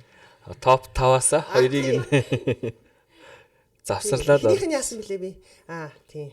Шар гээгээ солиод тэгтэй. За би 3 дахь кинон дээр итгэд киног хэлнэ. Тэ ялтчихгүй. Уусаа. Итгэд кино. Маргаангүй. За 4 дахь кинон дээр би худалдагч охиныг хэлнэ. Тэ. Сингтэрч найруулагч. Худалдагч охин. За 5 дахь кинон дээр ер нь бол одоо яг 5хан гэсэн болохоор ярих сайн кино байгаа штэ. Би яг тэгвэл нөгөө Монголын кино урлагийн хөгжлийг би аягүй сайн явж байгаа гэж бодож байгаа учраас тийм ээ. Манайх ч олон наадмуудад оролцдог болж олон сайн кино зөндөө байгаа тийм ээ. Тэгээ 5 гэсэн болохоор үзэгчийн үднээс надад таалагдсан киног бол хэлгэж байгаа учраас би 4-т нь худалдагч охиныг хэлж. За 5-д нь болохоор одоо аминчгээд хэлжүүл энэ солиотой гэж намайг хэлнэ. Гэтэ би аминчийг хэлэхгүй. Би аминч гэж ягаад хэлэхэ болж байгаа юм бэ гэхээр энэ киноны хийц. Зохиол. Зураг авалт. Хинж танихгүй. Одоо та нар бит хоёроос бусдын хинж танихгүй ингээд 8 залуу уран бүтээлч тоглосон байхгүй юу? Эдгээр бүгд жигд тоглолттой мэрэгжлийн дээр мууг тоглосон байхгүй юу? Гэхдээ та топ 5-д аминчийг оруул би бол зүгээр оруул гэж хүсэж байна. Тийм үү? Тийм. Би яг уу аминчтай миний продакшны бас нэг кино ингээд өрсөлдөх гээд байна. Тэрний юу юм бэ гэхээр би Атган дүлцсэн эрдэнэ гэдэг киног бас санагдаад байна. Тийм шүү дээ. Тийм. Тэгэхээр ингээд жоохон 5 6 мурга гэсэн бол би Атган дүлцсэн эрдэнэ. Сэлгээнд нь Атган дүлцсэн эрдэнэ оруулъя да. Оруулъя гэж л яриад байл да. Яагаад гэхээр Атган дүлцсэн эрдэнэ чинь Америкт одоо Лос Анжелес Холливуудад E-film гээд одоо энэ Mad Max энтриг хийдэг одоо өнгө тавьж одоо юуг нь хийдэг пост продакшн хийдэг том студид пост продакшн ажлыг хийсэн юм байна. Тийм. Тэр үед чи 2015 онд чинь тэгэж гадаадд пост продакшн тэгэж хөрөнгө зарж хийдэг продакшн байг хуурсан байхгүй. Тэгээ би чинь бүр Америкт бүр эдитээ дагуулаад зураглаачтайгаа жүжигчнтэйгээ 3 сарын томилтоор ажиллаж байлаа шүү дээ. Бас Америкийн Холливуудын пост продакшн яаж явагдгийг бас нүдэрээ үзчихэд ирсэн байхгүй. Бүр үнэхээр би энийг сайхан кино гэдэгт оруулмаар байна. Манай ганчмэгч хүртэл үнэхээр мундаг гэсэн. Ярих юм байхгүй. Тийм байна. Би яг нэг 5 6 тий. Аминчиг нөгөө өнгөж үтцсэн байгаа болохоор ингээд тэгээд ч бас одоо кино чадвараар гарч байгаа учраас би угаасаа хэлхээс ч өөр харахгүй л те бас. Яад тэгэхээр одоо нөгөө хэсэг бүлэг үзэгч гэдэг шиг чиний тийм трейлер, акшн, одоо гэмт хэрэгтэй кино, трейлер төрлийн кино сонирхдаг хүмүүст бол би гарцаагүй таалагдана гэж бодож байгаа. Тий. Жанраа ойлгодог хүмүүст бол гарцаагүй таалагдана. Тэгээд шулуухан хилцэн тэрх. За, одоо boss level буюу shit town кино. Энийг талбайлцсан. Бурхан гочсон бэ. За нэгийг шууд За эсэргээрээ бол юу штэ. Одоо юу гэдэг. Яадаг танад орсон хүмүүс яадаг. Шэд 5 киногоо хэлдэг юм уу? Яадаг. Та нар худлаа ингэж надаар хэлүүлчээ тэгээд хүүхэн надад дургу болоод бүр ингэж гачийн болох юм биш үсттэй. Галоёрын найруулагч маань бол өөрийнхөө муу болсон 5 киног ялгаад хэлчихлээ. Зарим нь бол бүр яг бүгд ер нь бол ихэнх нь хэлдэг. Хийлээгүй ганц 2 хүмүүс байгаа. Ихэнх нь Маш хэлдэг юм уу? цөөхөн хүмүүс хэлээгүй. Одоо би бол баг одоо толгойд байна дөө жүжигчин Баярмаа хэлээгүй юм байна. Баавга олсны найруулагч Зол жаргал хэлээгүй юм байна. Яг өөртөө уран Одоо тэгээ заавал хэлэх ёстой юм уу ер нь бол? Гэхдээ яг ер нь хэлэх хүн бол байдаг юм биш үү? Байд та зүгээр хатуухан ширүүгэн хэлгээд манай кино салбарч шийд кино нилээд байгаа шүү дээ. Нилээд там авч шүү дээ. Ер нь ичгээд шүү дээ ер нь бол. Тэгээ бид нар бие биендээ хилдэггүй нөгөө нэг агаа анагийн зарчим 5000 байгаа зарчим тий. Тий. Мэдгүй сүүлийн үед одоо юу яаж байгаа. Тэгээ тэр шийдмэд кино хийсэн хүмүүс өөрсдөө ч тэрийг мэдж байгаа. Мэдгүй байгаа юм бол биш. Тий. Тэгэхээр энийнд одоо би зарлан тунхлуулах гал та хоёр намаа ингэ шахаа. За би нэгдүгээрт нөгөө манай нөгөө түрүүний ярьсан шатсан кино штэ. Тооцоогоо тоглоом уу? Yes. Би тэрийг нэрлэлчээ. Тий. Хизээж халтардаж болохгүй гэдгийг л ойлгуулсан байхгүй. Урлагийг халтардаж болохгүй гэдгийг ойлгуулсан гэх байхгүй. За аль кинотой зэрэг нээснийг би мэдэхгүй байна.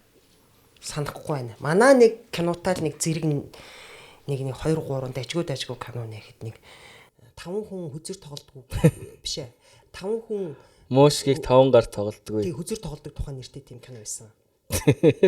Тийм. Наач одоо манай бүх цаг үеийн хамгийн их сонгогдсон кино байна. За тэгвэл бол надад бас адилхан сэтгэл төрүүлсэн байна. Ер нь бол юм нэг киноны үзэгч гэдэг чинь өөр байдаг байхгүй. Одоо кино чатд фул мэдрэмжээр фул тэр мэдрэмжийг авна өнгө, дуурал, тэр тоглолт одоо бүхэл юмыг ингэж детальны бүх юм нь гоё харах тэр одоо кино урлагийн мэдрэмж бол гайхалтай тийм үү? Тэрний эсрэг кинонууд хийгээд идэх байхгүй. Гялгаар. Би нэг наадмын зохиомж үзээд байгаа ч юм шиг. Нэг шинэ жилийн нэг хөөрхөн те нэг божиг гад нэг шөнийн 2 шөнийн дотор хийцэн нэг юм үзээд байгаа ч юм шиг. Тийм сэтгэлтэй кинонууд бол яг үнэтэй таахгүй. Ковидоос хойш ер нь тийм болчлаа тий. Кино контент гэдэг. Нэг контентлэг тэгээ тэрийг уран сайхан нэг кино гэдэг өөрөөсөө бүр постэр дээр тийм тавьсан. контент бонтод гэж нэрлсэн. Тэр үеийн шинэ жилийн одоо цэнгэнт нэвтрүүлгээ хүртэл одоо манай хажуу хөрш Орос хүртэл амар мундаг хитг штт те. Бид тэрийг үзээл шүтээлтэй. Бид нар ингээл бусдын юмыг л шүтээд идэг мөртлөө өөртөө яг тийм нэг шүтүүлэх хэмжээнд ажиллаж чаддаг байхгүй. Тэгэхээр би одоо дараагийн киног нэрлэхийг санаанд ч алгад ер нь тийм төрлийн кинод тийм плакатны одоо синематик биш те. Тийм кинонууд олширж байгаа шүү. Тэгээд мэдээж тэрний хажууд сайнуд нь байгаа, хичээж байгаа те. Тэгээд сайн болсон мөртлөө хүмүүсийн анхаарлыг татаагүй гэдэг асуулт түрүү явсан шүү дээ. Яг тэрнтэй адилхан тэр асуулт амар баг саяныхаас илүү ийм асуулт авахгүй юу? Тийм. Тэгэхээр би тийм гялгар кинонууд аяwych байдаг шүү л гэж хэлмээр байна уу. Би одоо тэгээд бусдын одоо байгаа зөндөө байгаа би нэрлж болчихсон байхгүй. За ойлголоо. Окей. Гэтэ та бол яарч гэсэн тийг 2 кино хэлчихлээ шүү дээ. За дараагийнх нь бол би агуулгаар нь хэлснийг бол ойлгож байна одоо. Энэ өдөр болгон одоо энэ тий IPTV, OTT платформудад орж байгаа нэг юм шит кинонуудыг бол хэлж гин гэж ойлголоо. Угаасаа л тийм байгаа. 3 хоног зураг авалтайсан 5 хоног 7 хоног энэ төр авсан тийм кинонууд зөндөө байна. За би одоо дараагийн яг нэг сэдв маань бол ерөнхийдөө подкаст маань дуусгах гэж байна л доо. За таныг бол би одоо энэ Монгол одоо ийм экшн дүр тоглодог одоо цөөхөн эмэгтэйчүүдийн нэг ер нь бол анхдагч гэж боддог байхгүй юу? Одоо зодтолддог. Одоо ч зодтолцоор л явна тий.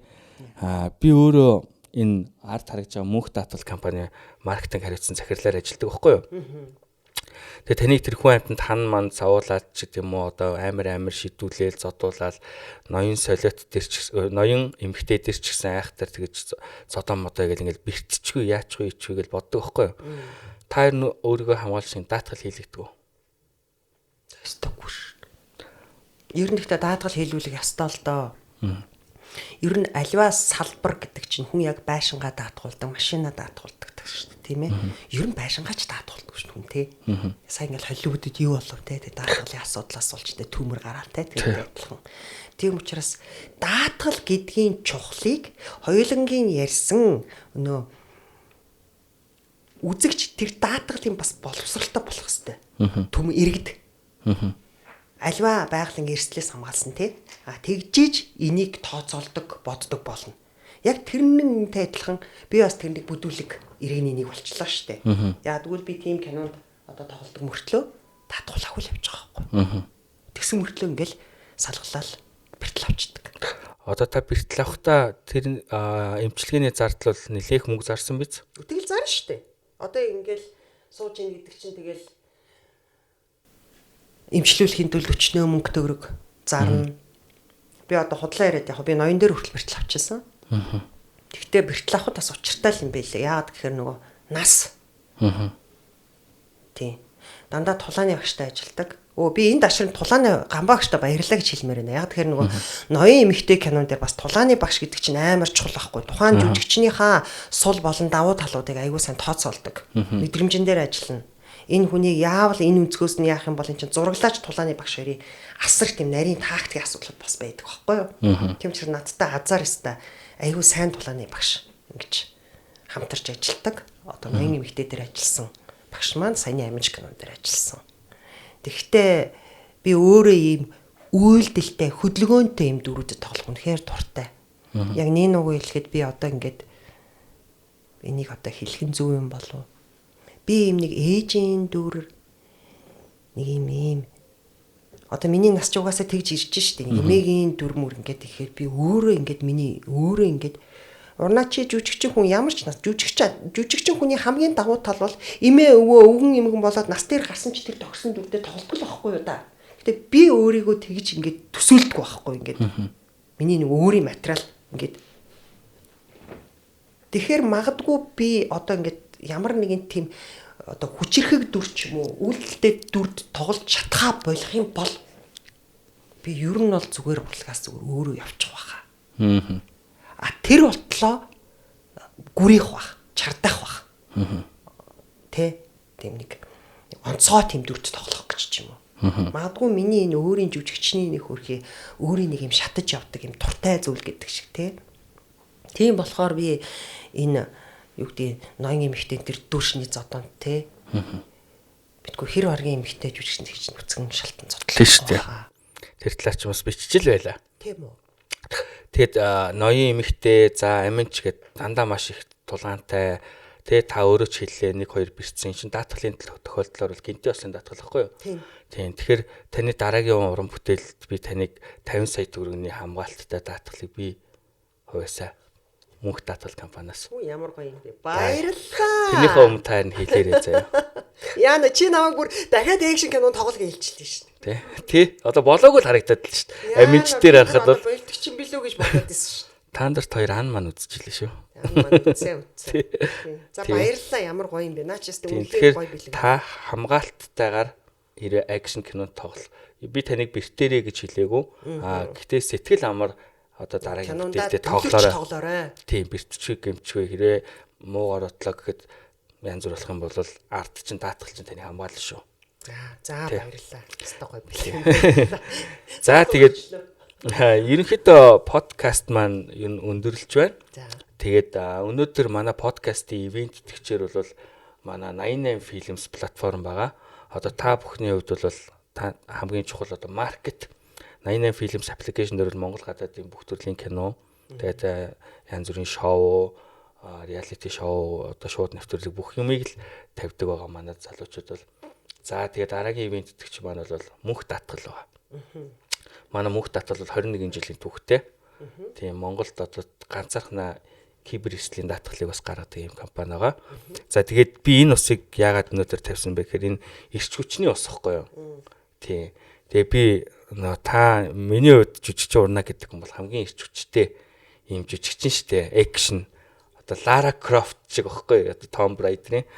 Тэгэхээр би эрч хүчний усыг танд зориулж тавьсан байгаа. Энэ ус манаас өнөөдөр бас супер глюкоз гэдэг энэ ус манай ивент итгэж байгаа. За бидний дараагийн хамтарч ажиллагаа байгуулсан хэлээ. За тэгээд энэ болохоор нөгөө хөлдөөсөн бууз, банш тэгээд зөвхөн өхрийн гуйны махаар хийсэн бас тийм VIP бууз гаргасан гэсэн тэр нь байгаа. Тэгээд котлет энтер байсан шүү гэж. За баярлалаа. Тэгээд гэр бүлтэйгээ хамт дээрээ.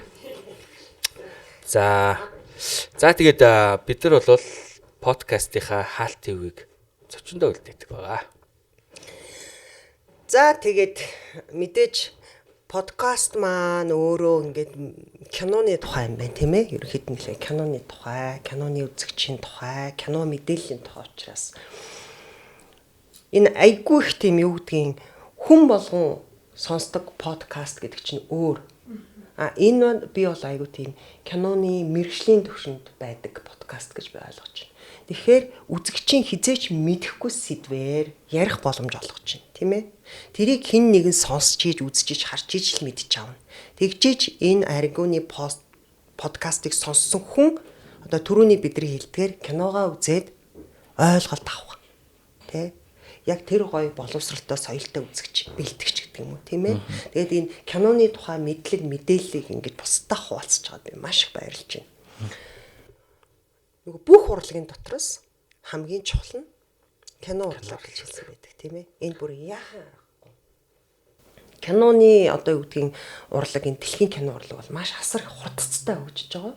Энийн нэгэн адилаар манай Монголын одоо үе үеийн уран бүтээлчид энэний төлөө кино уран бүтээлээ энэ хэцүү салбарт гэж ажиллаж байгаа. Яагаад гэвэл хэцүү гэж би хэлээд байгаа юм гэхээр хичнээн бид нар жаргалтай ажиллаа хийдэг ч гэсэн энэ киноны салбар өөрөө асар эдийн засгийн одоо боломж бололцоон дээр төрийн бодлогон дээр яг л зөөлөн хүчний бодлого гэдэг шиг кино урлагаар дамжуулж бид нар бусдад биш үү маш их мессежийг өгчдөг. Тийм учраас би киноны салбарт ажиллаж байгаа одоо бүх уран бүтээлчтэй бүгдээрээ гоё сайхан Монголынхаа уран бүтээлээр үзэгчтэй бэлэг барина. Бидний одоо хамтдаа зүтгэж байгаа кино урлаг бол үргэлж мандан мадарч байгаал гэж хэлээ да. Тий.